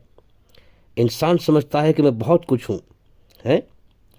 दुनिया में इंसान जब कमाने लगे, अपने पैरों पर दुनिया में तैरने लगे, हैं, तो लोग क्या कहते हैं? भाई अपने पैरों पर खड़ा हो गया, अब भाई अब कमाने लगा, अब तैरने लगा, अब ये अपने पैरों पर खड़ा हो गया। तो मेरे भाइयों, इसका मतलब क्या है? इसका मतलब है कि अपनी अकल से ईश्वरी रचना के आधार पर सही और गलत को सोचने का हकदार बन गया है। अब अल्लाह ने इसके सामने दोनों रास्ते खोल दिए हैं। कमाने का मतलब क्या है? अच्छाई से कमा या बुराई से कमा, है ना। कर्म कर, अपने मालिक को दुनिया में पहचान या ना पहचान, उसका एहसान मान या नाशुक्री कर, है ना, कर्म कर। तो अब क्या है कि ये अपनी अकल से ईश्वरी रचना के आधार पर सही और गलत को सोचने का हकदार बन गया है, हो गया है। मरने के बाद अपने कर्मों का खुद जिम्मेदार होगा। यहाँ पर अपनी जिम्मेदारी से, अपनी चॉइस से, अपनी मर्जी से, अपनी जिम्मेदारी से, अपनी खुशी से जौन से रास्ते को चुनना चाहे अल्लाह तेरे लिए वही रास्ता खोल देगा। अच्छाई के रास्ते पर चलना चाहेगा अच्छाई का रास्ता खोल देगा, बुराई के रास्ते पर चलना चाहेगा बुराई का रास्ता खोल देगा। और जीवन का समय दे दिया है, फिर मौत के बाद वैसे ही बदला देगा। अब जिन लोगों की अकल अंधेरे में डूबी हुई है, अल्लाह के नाशुक्रे हैं, जीवन के समय को बर्बाद कर रहे हैं, वो इस्लाम की बुराई करते हैं। वो कहते हैं कि इस्लाम कैसा धर्म है जो भाई भाई के अंदर नफरत पैदा कर देता है, बाप बेटे से अलग उसको जुदा कर देता है, नफरत पैदा कर अलग कर देता है।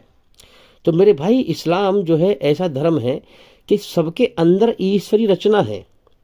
इस रचना के आधार पर ईश्वर का आदेश है, चाहे ईमानदार बन या बेईमान बन, है तो ईमानदारी बेईमानी सबके पास चॉइस है, चाहे वो भाई भाई हो, चाहे बाप बेटे हो, माँ बेटे हो, बहन बहन हो, कोई भी हो। अब जिसके मन में चाहे, जो चाहे ईमानदार बन जाए और जो चाहे बेईमान बन जाए। ईमानदार को ईमानदारी का बदला मिलेगा जन्नत में, और बेईमान को बेईमानी की सजा मिलेगी नरक में, जहन्नुम में। इसलिए आप देखते हैं कि एक भाई जो है ईमान वाला हो गया, एक भाई जो है मुसलमान है, और एक भाई हिंदू है, एक भाई मुसलमान बन गया है। इसलिए तो आप देखते हैं कोई ईमान वाला है और कोई बगैर ईमान वाला है। कोई ईमान वाला है, अल्लाह को मालिक मानने वाला है, उसकी मर्जी पर चलने वाला है, रचना के आधार पर अच्छाई पर चलने वाला है, उसको राजी करने वाला है इस धरती पे। और कोई जो है काफिर है, अल्लाह का इनकार करने वाला है, उसकी नाशुक्री करने वाला है, ईश्वरी रचना के खिलाफ चलने वाला है, शैतान के रास्ते पर चलने वाला है। तो इसी तरह से आप देख लें, पूरी धरती पर ऐसे इंसान फैले हुए हैं। कुरान में कहा गया है कि तुम में से कोई ईमान वाला है और कोई काफिर है, सबको हम ही ने पैदा किया है। अब आप जरा गौर करें कि ईश्वरी रचना इंसान के अंदर इतनी मजबूत है, इतनी मजबूत है कि माँ बाप जिस बच्चे से इतना प्यार करते हैं बचपन में, और जब वही बच्चा माँ बाप से बुरा बर्तावा करता है तो माँ बाप का रिश्ता पीछे रह गया। उस बच्चे से माँ बाप के दिल में नफरत पैदा हो जाती है बजाय मोहब्बत के। यानी बुरा बर्तावा, यानी शैतान की बुराई इतनी बुरी चीज़ है, रचना के खिलाफ चलना इतनी बुरी चीज़ है कि जब वो बच्चा जो है गलत बुरा बर्तावा करता है, शैतानी बर्तावा करता है, तो उस बच्चे से माँ बाप के दिल में नफरत पैदा हो जाती है। रचना इतनी मजबूत है भाई, जरा सोचें आप। और माँ औलाद जो है, कहीं कहीं औलाद मक्कार है, कहीं कहीं माँ बाप भी गलत करते हैं भाई, है ना। हाँ, तो अच्छे बुरे लोग सब जगह भरे हुए हैं। अच्छे से बुरे को भिड़ा कर अल्लाह ने आजमाया है, इम्तिहान लिया है। अब आप देखें कि जो है कोई औलाद सही है और माँ बाप जब उसके साथ में गलत बर्तावा करते हैं, जन्ने वाली माँ बच्चे से जब गलत बर्तावा करती है तो उस बच्चे के दिल में माँ के खिलाफ नफरत पैदा हो जाती है। यानी बुराई की वजह से, शैतानी रास्ते की वजह से। आप सोचिए कितनी मजबूत रचना है अल्लाह की। तो अच्छाई बुराई में फ़र्क है, फ़र्क है। जैसे अंधेरा रोशनी बराबर नहीं होती, ऐसी अच्छाई बुराई भी बराबर नहीं होती। अच्छाई जन्नत में लेके जाएगी और बुराई नरक में लेके जाएगी। तो मेरे भाइयों याद रखें, इंसान को अल्लाह ने फ्री विल दिया है दोनों रास्तों का। तो इंसान अपनी चॉइस से, अपनी मर्जी से, अपनी जिम्मेदारी से, होश व हवास में इस दुनिया के इम्तिहान में, इस ज़िंदगी के इम्तिहान में पास और फेल होकर मरता है। याद रखें, हाँ, इस दुनिया के अंदर, इस टेस्ट की दुनिया से जन्नत या नरक, जन्नत या जहन्नुम, स्वर्ग या नरक, इंसान अपनी जिम्मेदारी से, अपनी चॉइस से, अपनी खुशी से, होश व हवास में यहाँ से कमा के मरता है। तो याद रखें, आज लोग शिकायत करते हैं, माँ बाप कहते हैं औलाद हमारी बात नहीं मानती, औलाद कहती है माँ बाप हमारी बात नहीं मानते, है ना। सबकी शिकायत है ना। यानी कि हर आदमी अपनी मनमानी में लगा हुआ है। तो ये क्यों है? ईश्वर ने इंसान को कर्म करने का फ्री विल दिया हुआ है, छूट दी हुई है, इसलिए इंसान मनमानी कर रहा है। लेकिन याद रखें, कुरान कहता है मरने के बाद कोई किसी का जिम्मेदार नहीं होगा, जिसने जो किया है उसे भरना पड़ेगा। ए इंसान, अल्लाह कहता है, ए इंसान, तू इससे अच्छा बदला और क्या पा सकता है? जैसा करे वैसा भरे, मेरी बनाई हुई रचना के आधार पर। देखो, बिल्कुल सीधी सी बात है सही धर्म को समझने के लिए। ईमानदारी से बताओ, एक गंदगी और एक जो है सफाई है, क्या दोनों बराबर हैं ये? भाई एक तो जो है गटर की गंदगी है, एक गटर का गंदा पानी है और एक साफ पानी है, क्या बराबर है वो? एक कूड़ा कबाड़ा है और एक सफाई है, क्या ये बराबर हैं दोनों? एक अंधेरा है, एक रोशनी है, क्या ये दोनों बराबर हैं? एक अच्छाई है और एक बुराई है, क्या ये बराबर हैं दोनों? नहीं, ये रचना मेरे भाइयों रची हुई ईश्वर की है, ये कायनात ईश्वर की है। जैसे उसने हमारी रचना में ये बात रखी है कि गंदगी और सफाई बराबर नहीं होती। गंदगी कहीं हो रही हो तो इंसान वहां बैठना पसंद नहीं करेगा, उसको सफाई करेगा, सफाई में फिर उसका मन लगेगा। इसी प्रकार से जैसे गंदगी और सफाई बराबर नहीं, दिन और अंधेरा बराबर नहीं है, हाँ इसी प्रकार से सच और झूठ भी बराबर नहीं है। सच और झूठ का अंजाम भी अलग अलग है। ये सुन ले कान खोल के हम। अब इस कायनात में एक मालिक की ही बात साथ छाई हुई है। जमीन और आसमान के बीच में एक कमरा है, ये हॉल है। इसमें जो है लाखों इंसानों को रोज भेज देता है वो, और जिंदगी दे दी, जीने की जरूरत लगा दी। और उसके बाद में अब इस कायनात में गौर करें कि इनकी सारी चीजें, इंसान की जिंदगी जीने की जरूरतें सारी पैदा कर रखी हैं उसने। सब कुछ उसी का है, एक ही मालिक का है सब कुछ, आप सोचो। और वो इम्तिहान ले रहा है, रचना को रच के भेज दिया है, दो रास्ते खोल दिए हैं सामने इंसान के। अब सीधी सीधी बात है कि इंसान अपने मालिक को पहचाने कि मेरी जान मेरे कब्जे में नहीं है, मुझे माँ के पेट में किसी ने बनाया है, न मैंने खुद अपने आप को बनाया, न मेरे माँ बाप ने मुझे बनाया। मेरे माँ बाप को भी किसी और ने बनाया है, हैं? उनके माँ बाप को भी किसी और ने बनाया है। जैसे मैं पैदा होकर आया हूँ माँ के पेट से, ऐसे मेरे माँ बाप भी पैदा होकर आए हैं। तो माँ के पेट में आँख नाक कान में मैंने खुद नहीं बनाए, किसी ने बनाया है। मेरी जान किसी और के कब्जे में है।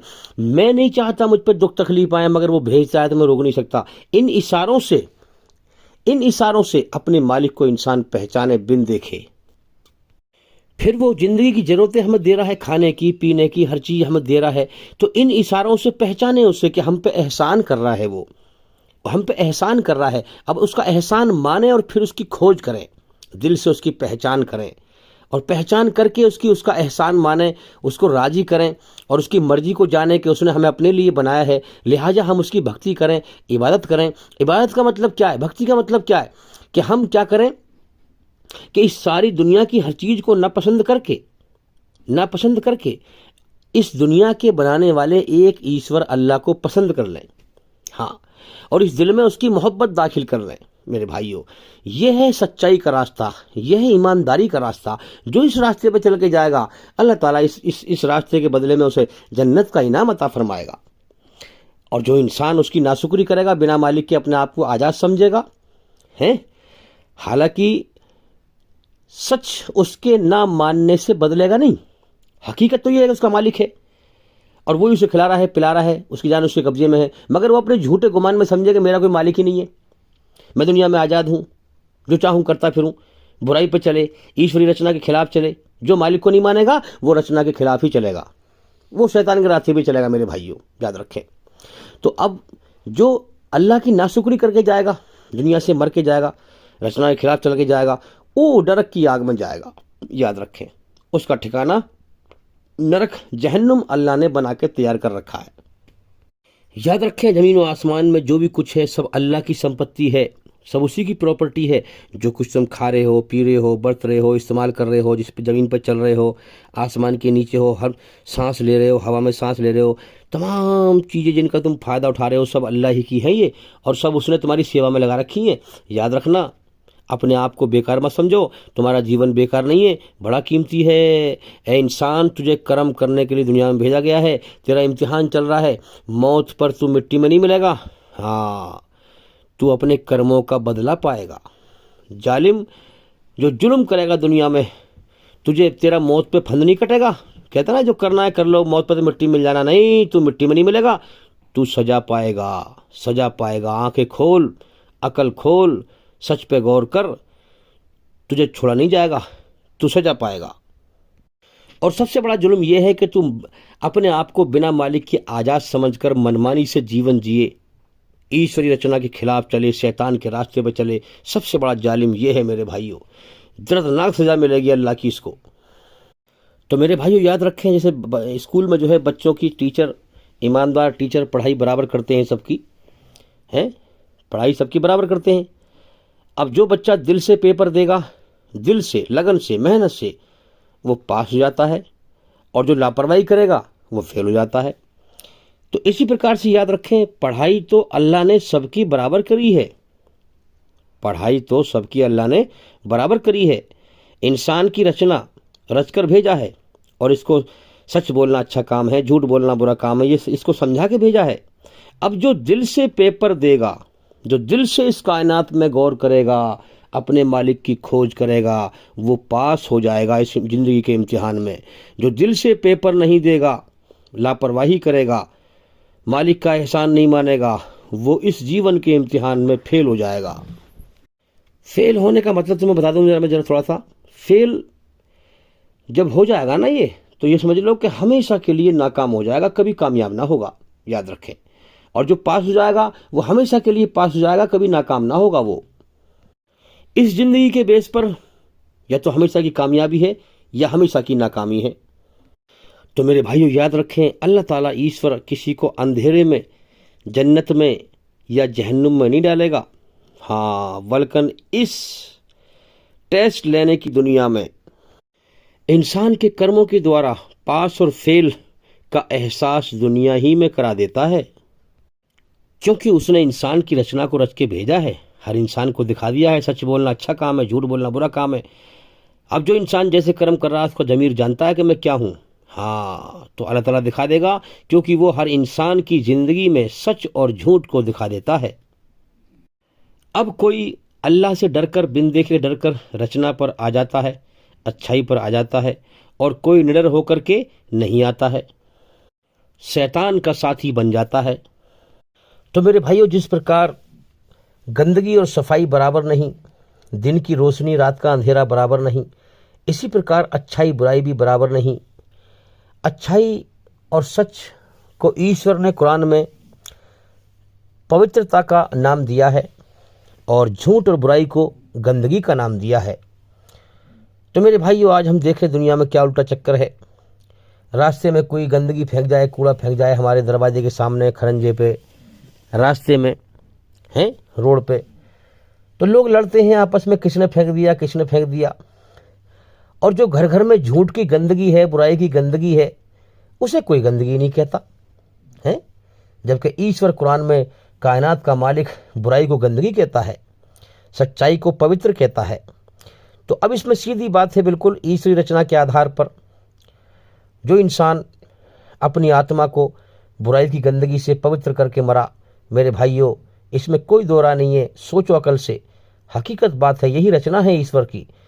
और ईश्वर ने कुरान मजीद में 11 कसमें खाकर सूरह शम्स में ये बात फरमाई है कि मरने के बाद जो लौट के मेरी तरफ आएगा, हाँ, जो अपनी आत्मा को बुराई की गंदगी से पवित्र करके आएगा, वही मरने के बाद कामयाब हो पाएगा। मरने के बाद वही कामयाब होगा। और जो इंसान अपनी आत्मा को बुराई की गंदगी से, मेरी रचना के खिलाफ चल के बुराई की गंदगी से गंदा करके आएगा, वो मरने के बाद नाकाम हो जाएगा। तो अब हम इस बेस पर देखें कि दुनिया के इतने सारे धर्म हैं, ये कौन सा धर्म हमें पूरी तरह से बुराई से बचा रहा है, और कौन सा धर्म पूरी तरह अच्छाई पर चलाकर हमारी आत्मा को बुराई की गंदगी से पवित्र कर रहा है। ये मेरे भाइयों चेक करें आप। मैंने चेक किया है, मेहनत की है। तो मैंने ऐसी ग्रंथ कुरान मजीद को पाया है जो हमें माँ के पेट से लेकर मौत तक जीवन जीने का, पूरी तरह बुराई से बचने का और अच्छाई पर चलने का तरीका सिखाती है। पूरी दुनिया में जितने भी धर्म हैं, आप जीवन जीने के तरीके उनमें चेक करें और इस्लाम में चेक करें। आप देखेंगे कि जो और धर्मों में तरीके हैं वो इंसानी अकल के बनाए हुए हैं, उल्टे सीधे, ठीक है ना, वो रचना से मैच नहीं होंगे। लेकिन जो तरीका इस्लाम धर्म में बताया गया है वो रचना से मैच होगा। आपका दिल फौरन कह देगा कि हाँ, ये तो मेरे मन की बात है। मन की बात इसलिए है कि रचना में रच के भेजा है ना ईश्वर ने पहले ही। कुरान एक याद ध्यानी है, तो कुरान याद दिलाएगा और तुम्हारी रचना फौरन जाग जाएगी कि हाँ, ये मेरे मन की बात है, सच्ची बात है, ऐसा ही होना चाहिए। जैसे कि मिसाल के तौर पर पेशाब करने का तरीका इस्लाम धर्म में कि बैठ के करो। पेशाब ना गंदा होता है, नापाक होता है, आपका दिल भी मानेगा कि हाँ यार, पेशाब तो नापाक ही गंदा होता है। पेशाब बैठ कर करो, पेशाब की छींट तुम्हारे कपड़ों पे ना आए, और पेशाब की धार पथरीली जगह पे न जाए, मुलायम जगह पे जाए। जब पेशाब कर लो तो पेशाब की जगह पर कोई जो है कोई मिट्टी का डला जो पेशाब को सुखा ले, या पानी से आप जो है धोएं, ताकि पेशाब की छींट आपके कपड़ों पर ना आए या बदन पर ना आए। तो ये छोटा तरीका है मेरे भाइयों। ऐसे बहुत तरीके हैं ज़िंदगी जीने के। जब आप इस्लाम में चेक करेंगे, आप चेक करिए ना, आपको खुद मालूम पड़ जाएगा। और धर्मों में तरीके पहली बात तो है ही नहीं कायदे के, और कुछ बना रखे हैं लोगों ने थोड़े बहुत तो उल्टे सीधे, तो वो उल्टे सीधे हैं, वो रचना के खिलाफ हैं। इस्लाम में जो तरीके बताए गए हैं ये रचना के आधार पर हैं, जिसका मन आपका मन इन तरीकों को पास कर देगा। आप चेक करें, जो भी तरीके हैं जीवन जीने के, पड़ोसी से कैसा बर्ताव करना है, माँ बाप से कैसा बर्ताव करना है, बच्चों से कैसा बर्ताव करना है, रिश्तेदारों से कैसा बर्ताव करना है, धरती पे कैसे चलना है, हर तरीका मेरे भाइयों ईश्वरी रचना के आधार पर बताया गया है। ईश्वर सब कुछ देकर फिर हमसे लेकर आजमाता है। सब कुछ उसी ने दिया है, रचना भी उसी ने रची है, और फिर अपनी बनाई हुई रचना के आधार पर हमारे ही फायदे के लिए हमें अपने हुक्म देता है। अब मेरे भाइयों, जो ईश्वर की मर्जी को ना समझे वो तो मारा गया ना। फिर यहां भी नुकसान करे अपने और मौत के बाद भी तबाही में चले जाए तो उससे क्या फायदा मिला। फिर ईश्वर सब कुछ ईश्वर का, रचना भी उसी ने रची, और अच्छाई में सुकून रखा, बुराई से नफरत रखी, बेचैनी रखी, और फिर हमें अच्छाई पे चलने के हुक्म देता है, बुराई से बचने के हुक्म देता है। यानी जो हुक्म देता है वो हमारे फायदे के लिए देता है, हम फिर भी उसका फायदा ना उठाएं और दुनिया में भी बेचैन रहे शैतान के रास्ते पे चलकर, और मौत के बाद नरक की आग में जाएं, तो हमसे बड़ा बर्बाद होने वाला कौन है। फिर मेरे भाइयों, सच्चे धर्म को समझने के लिए इंसान के अंदर रची हुई रचना को समझना जरूरी है। हाँ, इसलिए हमारे जो और उलमा इकराम हैं, इस्लाम धर्म के धर्म गुरु हैं, वो इतना रचना के बारे में खोलकर नहीं बताते, बल्कि वो उर्दू शब्द इस्तेमाल करते हैं या अरबी शब्द फितरत के बारे में। रचना को कहते हैं फितरत। अल्हम्दुलिल्लाह मैंने बहुत कोशिश करी है कि सही ज़बान में लोगों को समझाऊं, इसलिए रचना का इस्तेमाल मैंने बहुत किया है बार बार हर बात में, ताकि लोगों के दिमाग में सही धर्म समझ में आए कि रचना के आधार पर। तो याद रखें कि रचना के आधार पर दो रास्ते हैं, अच्छाई बुराई।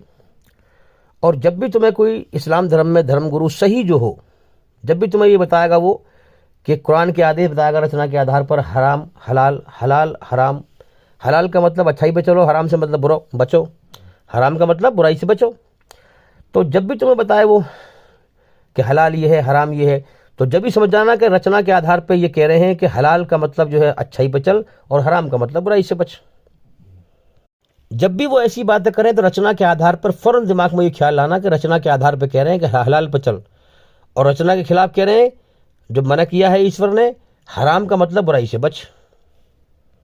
तो ये ख्याल लेकर इस्लाम धर्म गुरुओं की बात को सुना करें आप, ताकि आपके समझ में आए और बात समझें आप।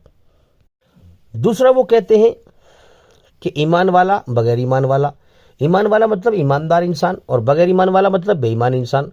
वही बात आ गई रचना के आधार पर रचना के खिलाफ। तो जब भी वो कहें ईमान वाला तो वो कहेंगे सच्चे इंसान के लिए कि सच्चा इंसान ऐसा करे। कुरान में ईमान वाले के लिए आदेश दिए गए हैं, है ना। तो सच्चा ईमानदार इंसान को ऐसे चलना चाहिए, ऐसे करना चाहिए। और बगैर ईमान वाला बेईमान, वो रचना के खिलाफ चलने वाला है। तो ये ख्याल भी अपने दिमाग में लाया करें जब भी वो बात किया करें। तो मेरे भाइयों, अल्लाह ईश्वर ने ये दुनिया इसीलिए बनाई है ताकि हमारा इम्तिहान ले। उसने हमें अपने लिए बनाया है ताकि हम उसकी इबादत करें, उसे राज़ी करें, हैं। हाँ, और ये दुनिया का जीवन जो है बड़ा बेकार है, बहुत नापेदार ज़िंदगी है। ज़िंदगी की डोर बड़ी कमज़ोर है और अल्लाह के हाथ में है। जब चाहे जिस वक्त चाहे हमें उठा ले, जिस दिन चाहे, जिस मिनट में चाहे, जिस घंटे में चाहे हमें यहाँ से एक सेकंड में हमारा पत्ता काट दे। जिस दुनिया में हमने ध्यान लगा रखा है, इसको हमने हमेशा घर समझ रखा है, अल्लाह चाहे तो एक सेकंड में दुनिया को ख़त्म करवा दे, हमसे छिनवा दे। इसलिए हमें डरना चाहिए उससे, और उससे डर कर हमें उसकी खोज करनी चाहिए।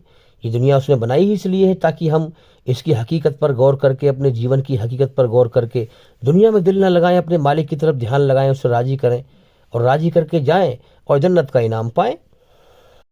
अब जो लोग इस कायनात की हकीकत पर गौर नहीं करते, दुनिया मौत का घर है, ना अपने जीवन के सच पे गौर करते कि मेरा जीवन कभी भी ख़त्म हो सकता है, और दुनिया बटोरने में लगे रहते हैं और दुनिया को हमेशा घर समझकर इसी में दौड़ लगाते रहते हैं और जीवन का समय पूरा कर लेते हैं। अचानक अल्लाह का बुलावा आता है और दुनिया एक सेकंड में ख़त्म करवा देता है सारी। अब मेरे भाइयों, मौत पर उसे जन्नत का मंजर दिखाया जाता है। जन्नत का मंजर देखकर, क्योंकि ज़िंदगी जीने की चाहत रख रखी है पहली रचना में अल्लाह ने, उन चाहतों को पूरी करने में यहाँ लगा रहता है। सच्चाई से इंसान अंधा रहता है, दूसरों को मरते हुए देखता रहता है, अपनी मौत से बेहोश रहता है कि मुझे भी मरना है। तो लिहाजा समझ नहीं पाता इंसान कि मैं दुनिया में यहाँ अल्लाह को राज़ी करने के लिए आया हूँ, अल्लाह को राज़ी करूँगा तो जन्नत मुझे मिलेगी मौत के बाद। तो लिहाजा अल्लाह से अंधा बन जाता है, उन जो अल्लाह ने जन्नत की इच्छाएं रखी हैं उन्हें पूरी करने में यहाँ लगा रहता है, जीवन के समय को बर्बाद कर लेता है, मर जाता है। तो जन्नत का मंजर उसे दिखाया जाता है फिर मौत पे, और फिर वो देख कर जो है एकदम इतना खुश होता है, ऐसा लीन हो जाता है, उसके अंदर खो जाता है।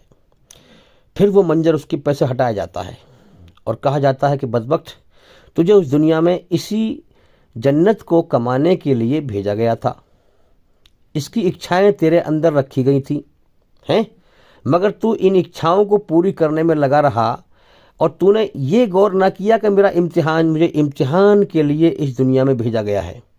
मैं सच पे गौर करूं, इन चाहतों को यहाँ पूरी ना करूं। हाँ, मैं पहले रब की मर्जी पूरी करूं, फिर रब मेरी मर्जी पूरी करेगा हैं। हाँ, तो तू, तेरे सामने लोग मरते रहे तो अपनी मौत से बेखबर रहा, जानकर भी कि मेरी मौत कभी भी आ सकती है फिर भी अनदेखा करता रहा। तो लिहाजा तू जीवन की परीक्षा में फेल हुआ, तो अल्लाह का नाशुक्रा साबित हुआ। जिस मकसद के लिए तुझे जीवन मिला था वो मकसद तूने पूरा ना किया, अल्लाह का नाशुक्रा साबित हुआ। तो अब तुझे इस जन्नत से वंचित कर दिया गया। मेरे भाइयों, जो मोह माया में लिप्त होकर मरता है इंसान, हाँ, उसे स्वर्ग से वंचित कर दिया जाता है। फिर उसके सामने नरक जहन्नुम का मंजर लाया जाता है कि बदबख्त, अब तेरा ठिकाना ये है, चल अपने ठिकाने की तरफ। तो याद रखें, जो इंसान समझ जाए इस मकसद को कि ये दुनिया धोखा है, मैं यहाँ कभी भी मर सकता हूँ, मेरे अंदर जीने की चाहते हैं हमेशा की, तो मैं इन चाहतों को मारूं और अपनी मन की मर्जी पूरी ना करूं, अपने रब की मर्जी को पहचानूं, मैं इस दुनिया को अपने लिए बखेर लूं, इस दुनिया को छोड़ दूं, अपनी चाहते जन्नत की यहाँ मार दूं, मैं अपनी रब की चाहत पूरी करूं, तो फिर मेरा रब मेरी चाहतों को जन्नत में पूरी करेगा।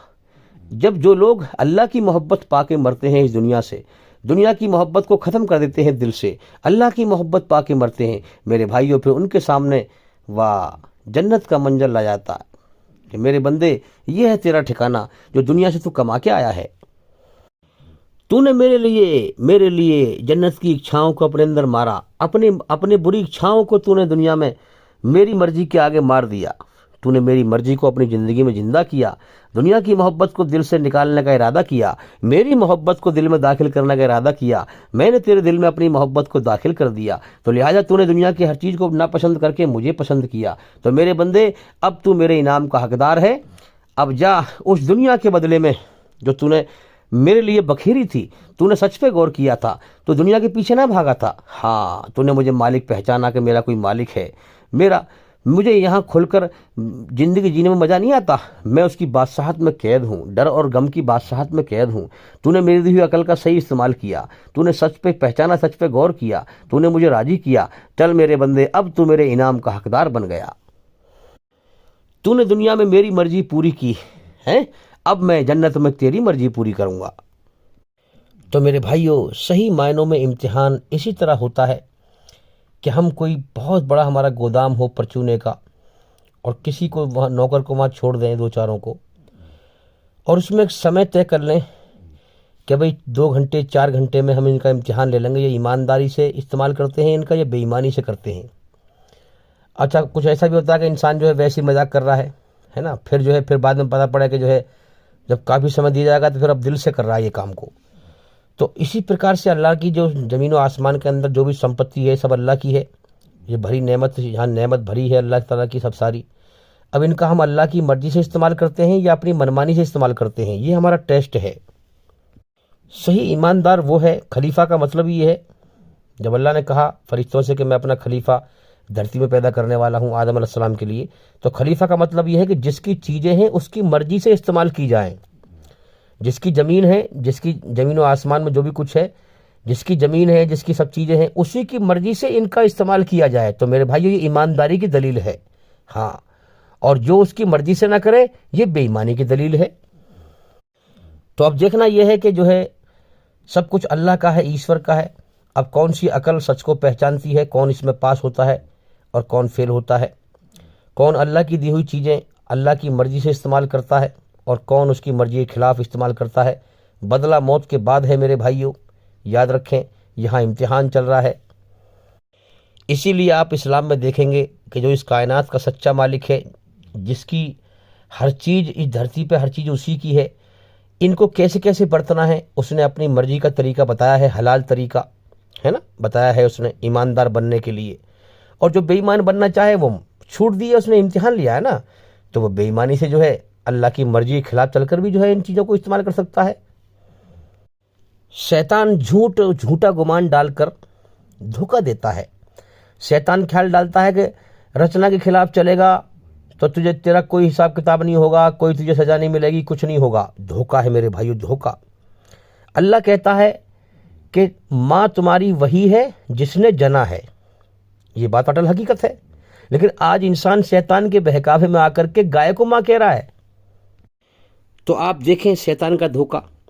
वो तो शुक्र मनाओ, शैतान को इतनी ही ऑथोरिटी दी है ईश्वर ने, अल्लाह ने, कि हमारे मन में बस ख्याल डाले बुरा। अगर और ज़्यादा उसको ऑथोरिटी मिल जाती ना तो एक भी ना बच पाता शैतान के फंदे से, सब नरक की आग का ईंधन बन के मरते। देखो ना, 100 में से 95% इंसानों की भीड़ को शैतान ने अपने फंदे में ले रखा है, बल्कि 98% बस 2% बचे हुए हैं मेरे भाइयों। बाकी सबको खा गया शैतान। धोखे के धर्म में उलझा रखा है, धोखे में उलझा रखा है। अल्लाह ने भी कहा था शैतान से कि मैं अपने बंदों के अंदर अपनी अच्छाई में सुकून रखूंगा, तेरी बुराई से, हाँ बुराई को मैंने पैदा किया है मगर वो उसको मैंने इम्तिहान लेने के लिए पैदा किया है। बुराई को मैंने गंदगी कहा है और अब तेरी बुराई से, अब बुराई का रास्ता तेरा बना दिया है। हाँ, तेरी बुराई से अपने बंदों के अंदर नफरत पैदा कर दूंगा और उनके अंदर उन्हें बेचैनी से भर दूंगा। जो तेरे रास्ते पर चलेगा उसे बेचैन करूंगा, दुनिया में दिखाऊंगा बेचैन करके मैं, हैं। हाँ, उसे बताऊंगा कि ये रास्ता तेरा नहीं है, ये रास्ता बुराई का है, शैतान का रास्ता है, इसके रास्ते पर मत चल। इसके बावजूद भी अगर वो नहीं मानेगा, जो तेरे बहकाए में आएगा, मैं तुझसे और उनसे जहन्नुम को भर दूंगा, नरक को भर दूंगा। मेरे भाइयों, कुरान कह रहा है, इस बात को मैं नहीं कह रहा। तो अब आप सोचिए, एक जानवर को जो है इंसान माँ कह रहा है, जबकि जानवर को अल्लाह ने, ईश्वर ने हमारे अधीन किया है, उसको भी हमारी सेवा में लगा दिया है कि वो हमें दूध देती है, गाय भैंस, हम उसको दूध पीते हैं, फ़ायदा उठाते हैं। और ये इंसान को इतना अच्छा जीव बनाया है अल्लाह ने, ये जानवर से भी बदतर नीचे गिर गया, ये जानवर को माँ कह रहा है। इसकी अकल जो है, आप जरा सोचें, शैतान ने कितनी भ्रष्ट कर दी है। अब अगली बात देखें आप, चलो अगर तू गाय को माँ कह रहा है तो माँ की सेवा करनी चाहिए, माँ की देखभाल करनी चाहिए। और आप क्या देखेंगे कि जो ज़्यादा हल्ला मचाते हैं ना, गाय हमारी माता है, वो क्या देखते हैं फिर, वो गाय जो है पन्नी खा रही होती है, गाय की बेकदरी हो रही होती है, वो गाय को देखते भी नहीं है। अब मेरे भाई, गाय तेरी माता है तो तू उसे बेचता क्यों है फिर? अपने घर में रखना उसे, हैं। तो माँ की तो देखभाल की जाती है, कोई उसे खरीद के ले जाएगा, पता नहीं कैसे बर्तावा करेगा उससे, तो लिहाजा तो अपने पास रखना उसे। तो मेरे भाइयों, ये सब शैतानी खेल है जिसमें उलझा रखा है इंसानों को, उसने भटका रखा है मेरे भाइयों। अपने हाथों से मूर्ति बनाता है इंसान। अरे जिस चीज को तू बना रहा है वो चीज तेरे आगे झुके, तू उसके आगे झुक रहा है। सोच, तू शैतानी फंदे में फंसा हुआ है। अरे हकीकत को देख, हकीकत की निगाह से, जीवन जा रहा है हाथ से। सही मालिक को पहचान, उसकी मर्जी को जान, बचा ले अपने आप को नरक की आग से। जीवन का समय बीत रहा है, मौत के बाद फिर इन्हीं कर्मों का बदला पाना है। दोबारा मौका नहीं मिलेगा सुधरने का। जीवन पहली बार और आखिरी बार मिला है, बार बार नहीं मिलेगा। अल्लाह ताला खेल नहीं करेगा कोई, एक ही बार जीवन देता है बस, ये पहली बार और आखिरी बार, फिर इन्हीं कर्मों का बदला देगा। फिर तुझे दोबारा मौका नहीं मिलेगा। वो खेल नहीं रहा है वो, हाँ वो सबको जीवन दे रहा है। जाओ इम्तिहान दे के आओ, जाओ जाओ जाओ। सबके अंदर रचना को रच के भेज रहा है, जीवन का समय दे रहा है। अब कितने पास होके मर रहे हैं, कितने फेल होके मर रहे हैं, वैसे ही बदला देगा फिर। अब देखो ना, शैतान ने कहाँ उलझा रखा है, देशभक्त बनो देशभक्त। अरे मेरे भाई, अरे भक्ति ईश्वर की कर, जिसने तुझे माँ के पेट में गंदे पानी के कतरे से इंसान बनाया है। तू देश की भक्ति कर, अबे ये पूरी धरती अल्लाह की है, ईश्वर की है, तू इसकी भक्ति करेगा? तू ईश्वर की भक्ति कर। देखो ना शैतान ने कहाँ उलझा रखा है। और ऐसे बहकाए में आ चुके हैं बेवकूफ कि समझने को तैयार नहीं, मारने मरने को तैयार हैं, मगर समझने को तैयार नहीं। शैतान के फंदे में इस कदर फंस चुके हैं और अपने ही बेड़ा गर्क कर रहे हैं। जो समझाए उससे लड़ते हैं। ईमानदारी से बताओ, ऐसे लोग रोज कितने मरते हैं, कितने बर्बाद होके मरते हैं? रोज मरते नहीं मरते? डेली मरते हैं, डेली मरते हैं, डेली मरते हैं।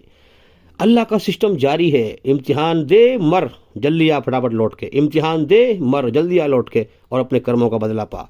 मेरे भाइयों, सरकशी करने वाले, फसाद फैलाने वाले, ये नहीं कि मरेंगे कुछ दिनों बाद, नहीं, कुछ दिनों बाद तो कुछ मरेंगे, रोज मर रहे हैं। मैं कह रहा हूँ रोज मर रहे हैं। क्या अल्लाह की कुदरत यहाँ छाई हुई है। इंसान अंधा है, अंधा है, डरता नहीं उससे कि मेरी जान उसके कब्जे में है।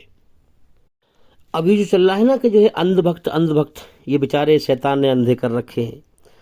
अब इनसे पूछो भाई, वो कहेंगे गाय हमारी माता है। क्यों है इसकी मत पूछो, क्या दलील है इसकी मत पूछो, बस गाय हमारी माता है।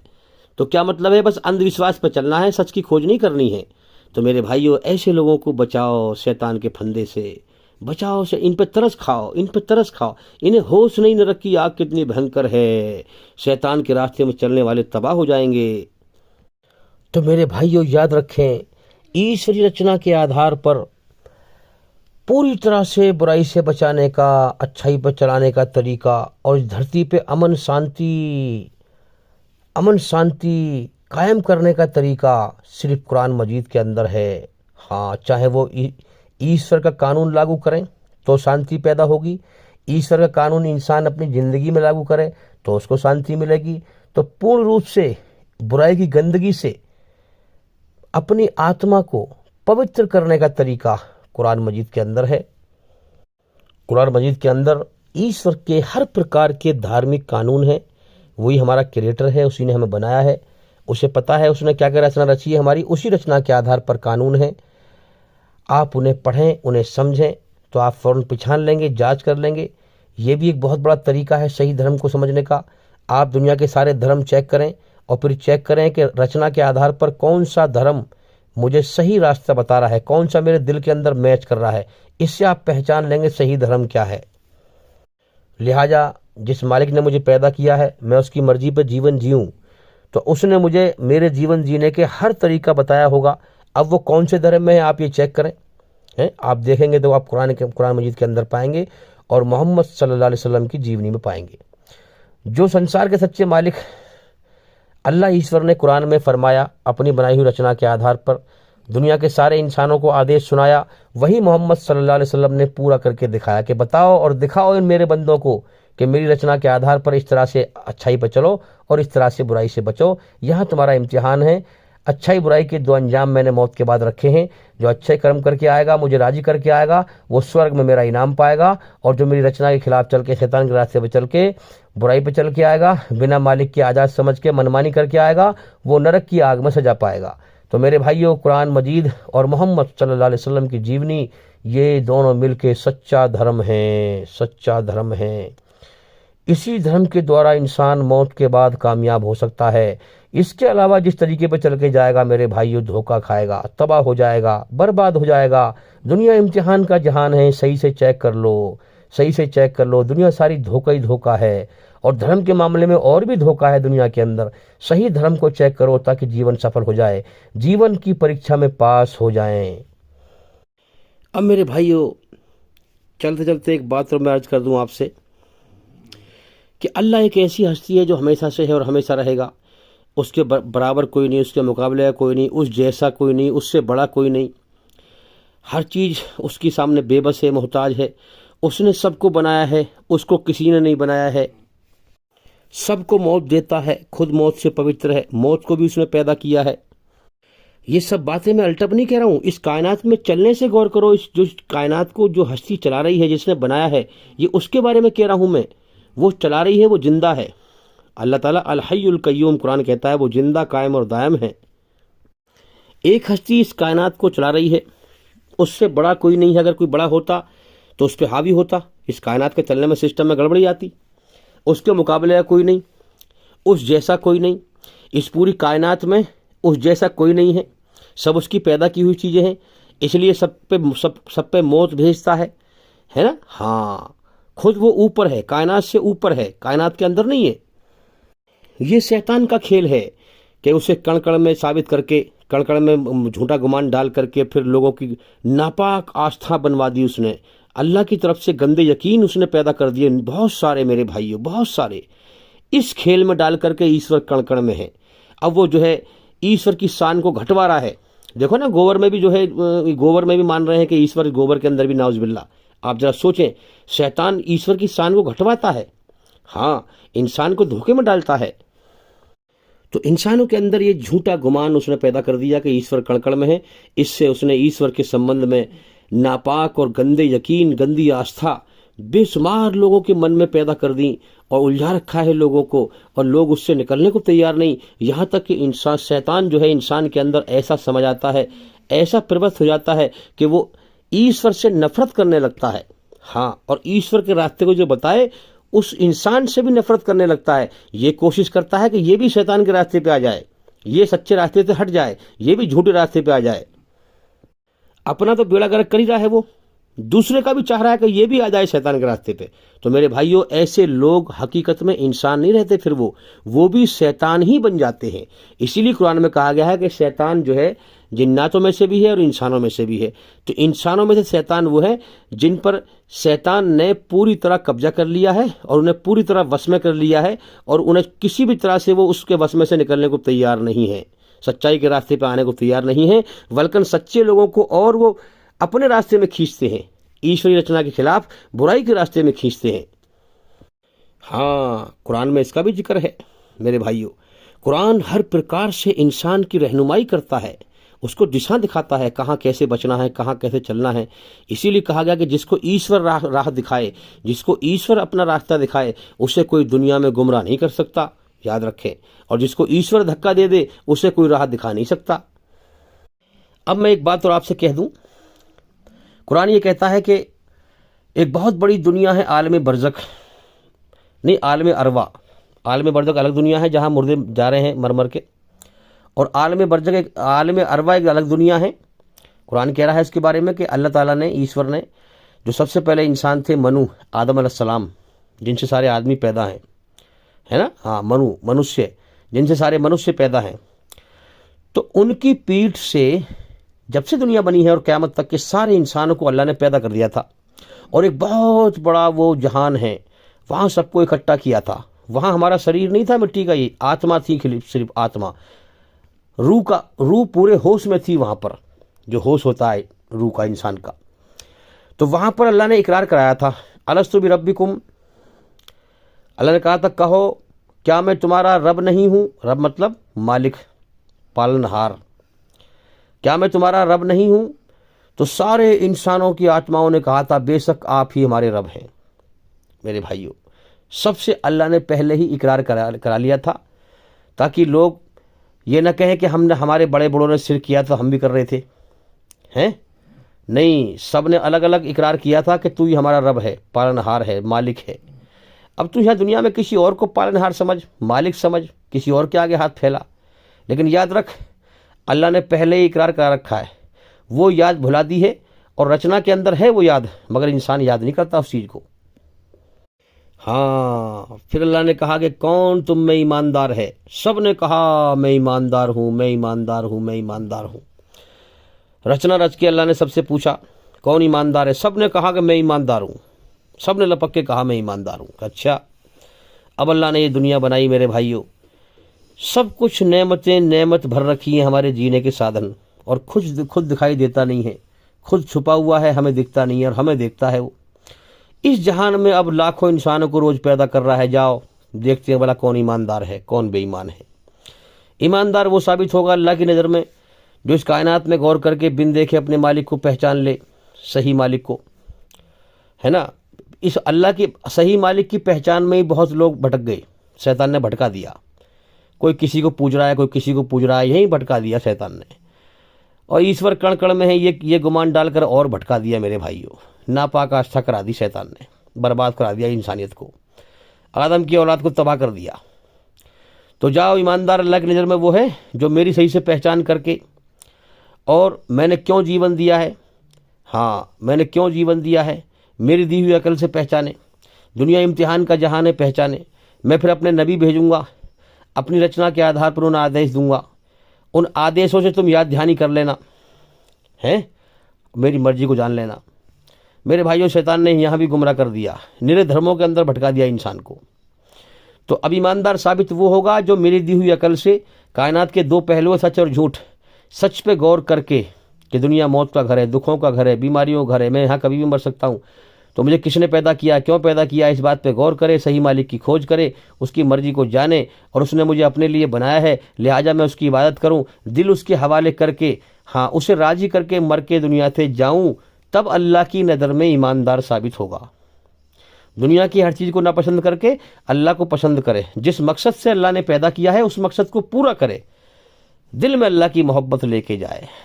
दिल के अंदर ही दुनिया की हर चीज़ कनेक्ट है, सब चीज़ की मोहब्बत दिल के अंदर होती है, दिल से ही इंसान दुनिया में जीता है, याद रखें। और जब दिल अल्लाह के हवाले कर देगा तो अल्लाह पसंद कर लेगा, जीने की चाहत निकाल लेगा, सबकी मोहब्बत निकाल लेगा, अपनी मोहब्बत दाखिल कर देगा। दुनिया की हकीकत उसके दिमाग पर, दिल पर खुल जाएगी। दुनिया समझ जाएगा दुनिया धोखा है, दुनिया मौत का घर, दुखों का घर, बीमारियों का घर, ये ज़िंदगी मज़े लेने की नहीं है, यहाँ तो मैं अपने मालिक को राज़ी करने के लिए आया हूँ, दुनिया उसके लिए कैद खाना बन जाएगी मेरे भाइयों। तो ये इंसान ईमानदार साबित होगा अल्लाह की नज़र में, जो अल्लाह की मोहब्बत लेके जाएगा, अल्लाह को राज़ी करके जाएगा, याद रखें। और जो अल्लाह को भूल कर शैतान के रास्ते पे चल के जाएगा, अल्लाह को नापसंद करेगा, उसकी नाकदरी करेगा, उसका एहसान ना मानेगा, दुनिया की कदर करेगा, शैतान के रास्ते पे चलेगा, दुनिया को हमेशा घर समझेगा, झूठ पे चलेगा, बेईमानी पे चलेगा, रचना के खिलाफ चलेगा, अल्लाह की नज़रों में ये इंसान बेईमान साबित होगा। ये जब मर के जाएगा तो ये बेईमान होके जाएगा, याद रखें। तो अब अल्लाह ताला, वहाँ तो सबने कहा था कि मैं ईमानदार, अब यहाँ भेज करके जाओ, अब तुम्हारा इम्तिहान लेंगे, अब जाओ। अल्लाह ने एक कायनात बना दी है, ज़िंदगी दे दी, ज़िंदगी की ज़रूरत लगा दी, ज़िंदगी के साधन यहाँ से पैदा कर रहा है, हमें खुद दिखाई नहीं दे रहा है, हम सबको देख रहा है, हमारी सांस से ज़्यादा करीब है, सब कुछ जानता है और छांट रहा है और मौत दे दे के उठा रहा है, फिर मेरे भाइयों बदला देगा।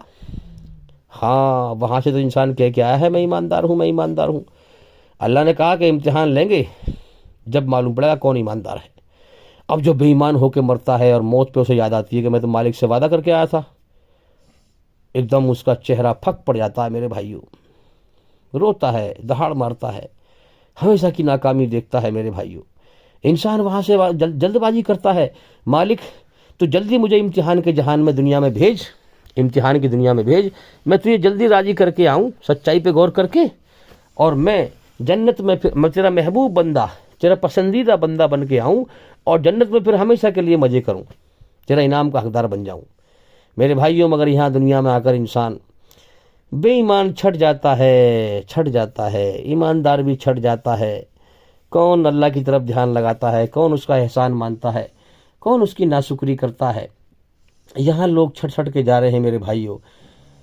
अल्लाह से जरा सी भी चीटिंगबाजी नहीं चल सकती, वो हमारे मनों का हाल जानता है, दिखा देगा मौत पर, हम उसके सामने बेबस हैं। एक कण के बराबर भी अच्छा कर्म होगा उसे भी सामने कर देगा, एक कण के बराबर बुरा कर्म होगा उसे भी सामने कर देगा। इसलिए मेरे भाइयों, डरें उससे, जीवन जा रहा है हाथ से, इसे बर्बाद ना करें, शैतान के धोखे के गुमान से बाहर निकलें, हकीकत पर गौर करें। तो मेरे भाइयों, इस कायनात की रचना में गौर करें। इस कायनात की रचना और इंसान के अंदर रचना रची हुई ईश्वर की, इस पर हमारी बहुत सारी वीडियो हैं और हमने तफसील से बात करी है। हमारे चैनल के अंदर जा कर के एक एक करके सभी वीडियो देखें और सुने। और इस कायनात को क्यों बनाया है, ये इसमें मैंने थोड़ी सी बात इसमें पेश की है, और इसके बारे में और बहुत सारी हमारी वीडियो हैं, उनको भी देखें। तो इस कायनात को जो है हमारे इम्तिहान लेने के लिए बनाया है, छांटने के लिए बनाया है, ईमानदार कौन और बेईमान कौन है, इसी हिसाब से इसको बनाया गया है और इसी हिसाब से वो इसको चला रहा है। इसके सिस्टम भी सब ऐसे ही बनाए गए हैं कायनात के कि दिन उसी हिसाब से कर्म करने के लिए निकलता है ताकि हम कर्म करें, और रात हो जाती है। अब देखो ना, कर्म करना फिर रात करना, अगर वो चाहता तो रात ना करता है, रात ना करता, लेकिन रात का सिस्टम इसी हिसाब से बनाया कि दिन में कर्म करे और रात को फिर आराम करे। उसने अपने हिसाब से बनाया है मेरे भाइयों। तो कुल मिला के ये है कि इस कायनात के सिस्टम पे गौर करें। ये टेस्ट लेने के लिए दुनिया बनाई है उसने, इसी हिसाब से इसको बनाया गया है। अल्लाह की तरफ से बदले का जहान नहीं है, इम्तिहान का जहान है। बदले का जहान मौत के बाद है, जैसे कर्म वैसी बदला है। हाँ, कुछ लोगों को यहाँ भी दिखा देता है वो जो जालिम लोग हैं, लेकिन सबको नहीं, और थोड़ा बहुत दिखाता है, लेकिन पूरा बदला मौत के बाद है, याद रखें। तो भी मैं उम्मीद करता हूँ कि सवाल का जवाब हो गया, और मैं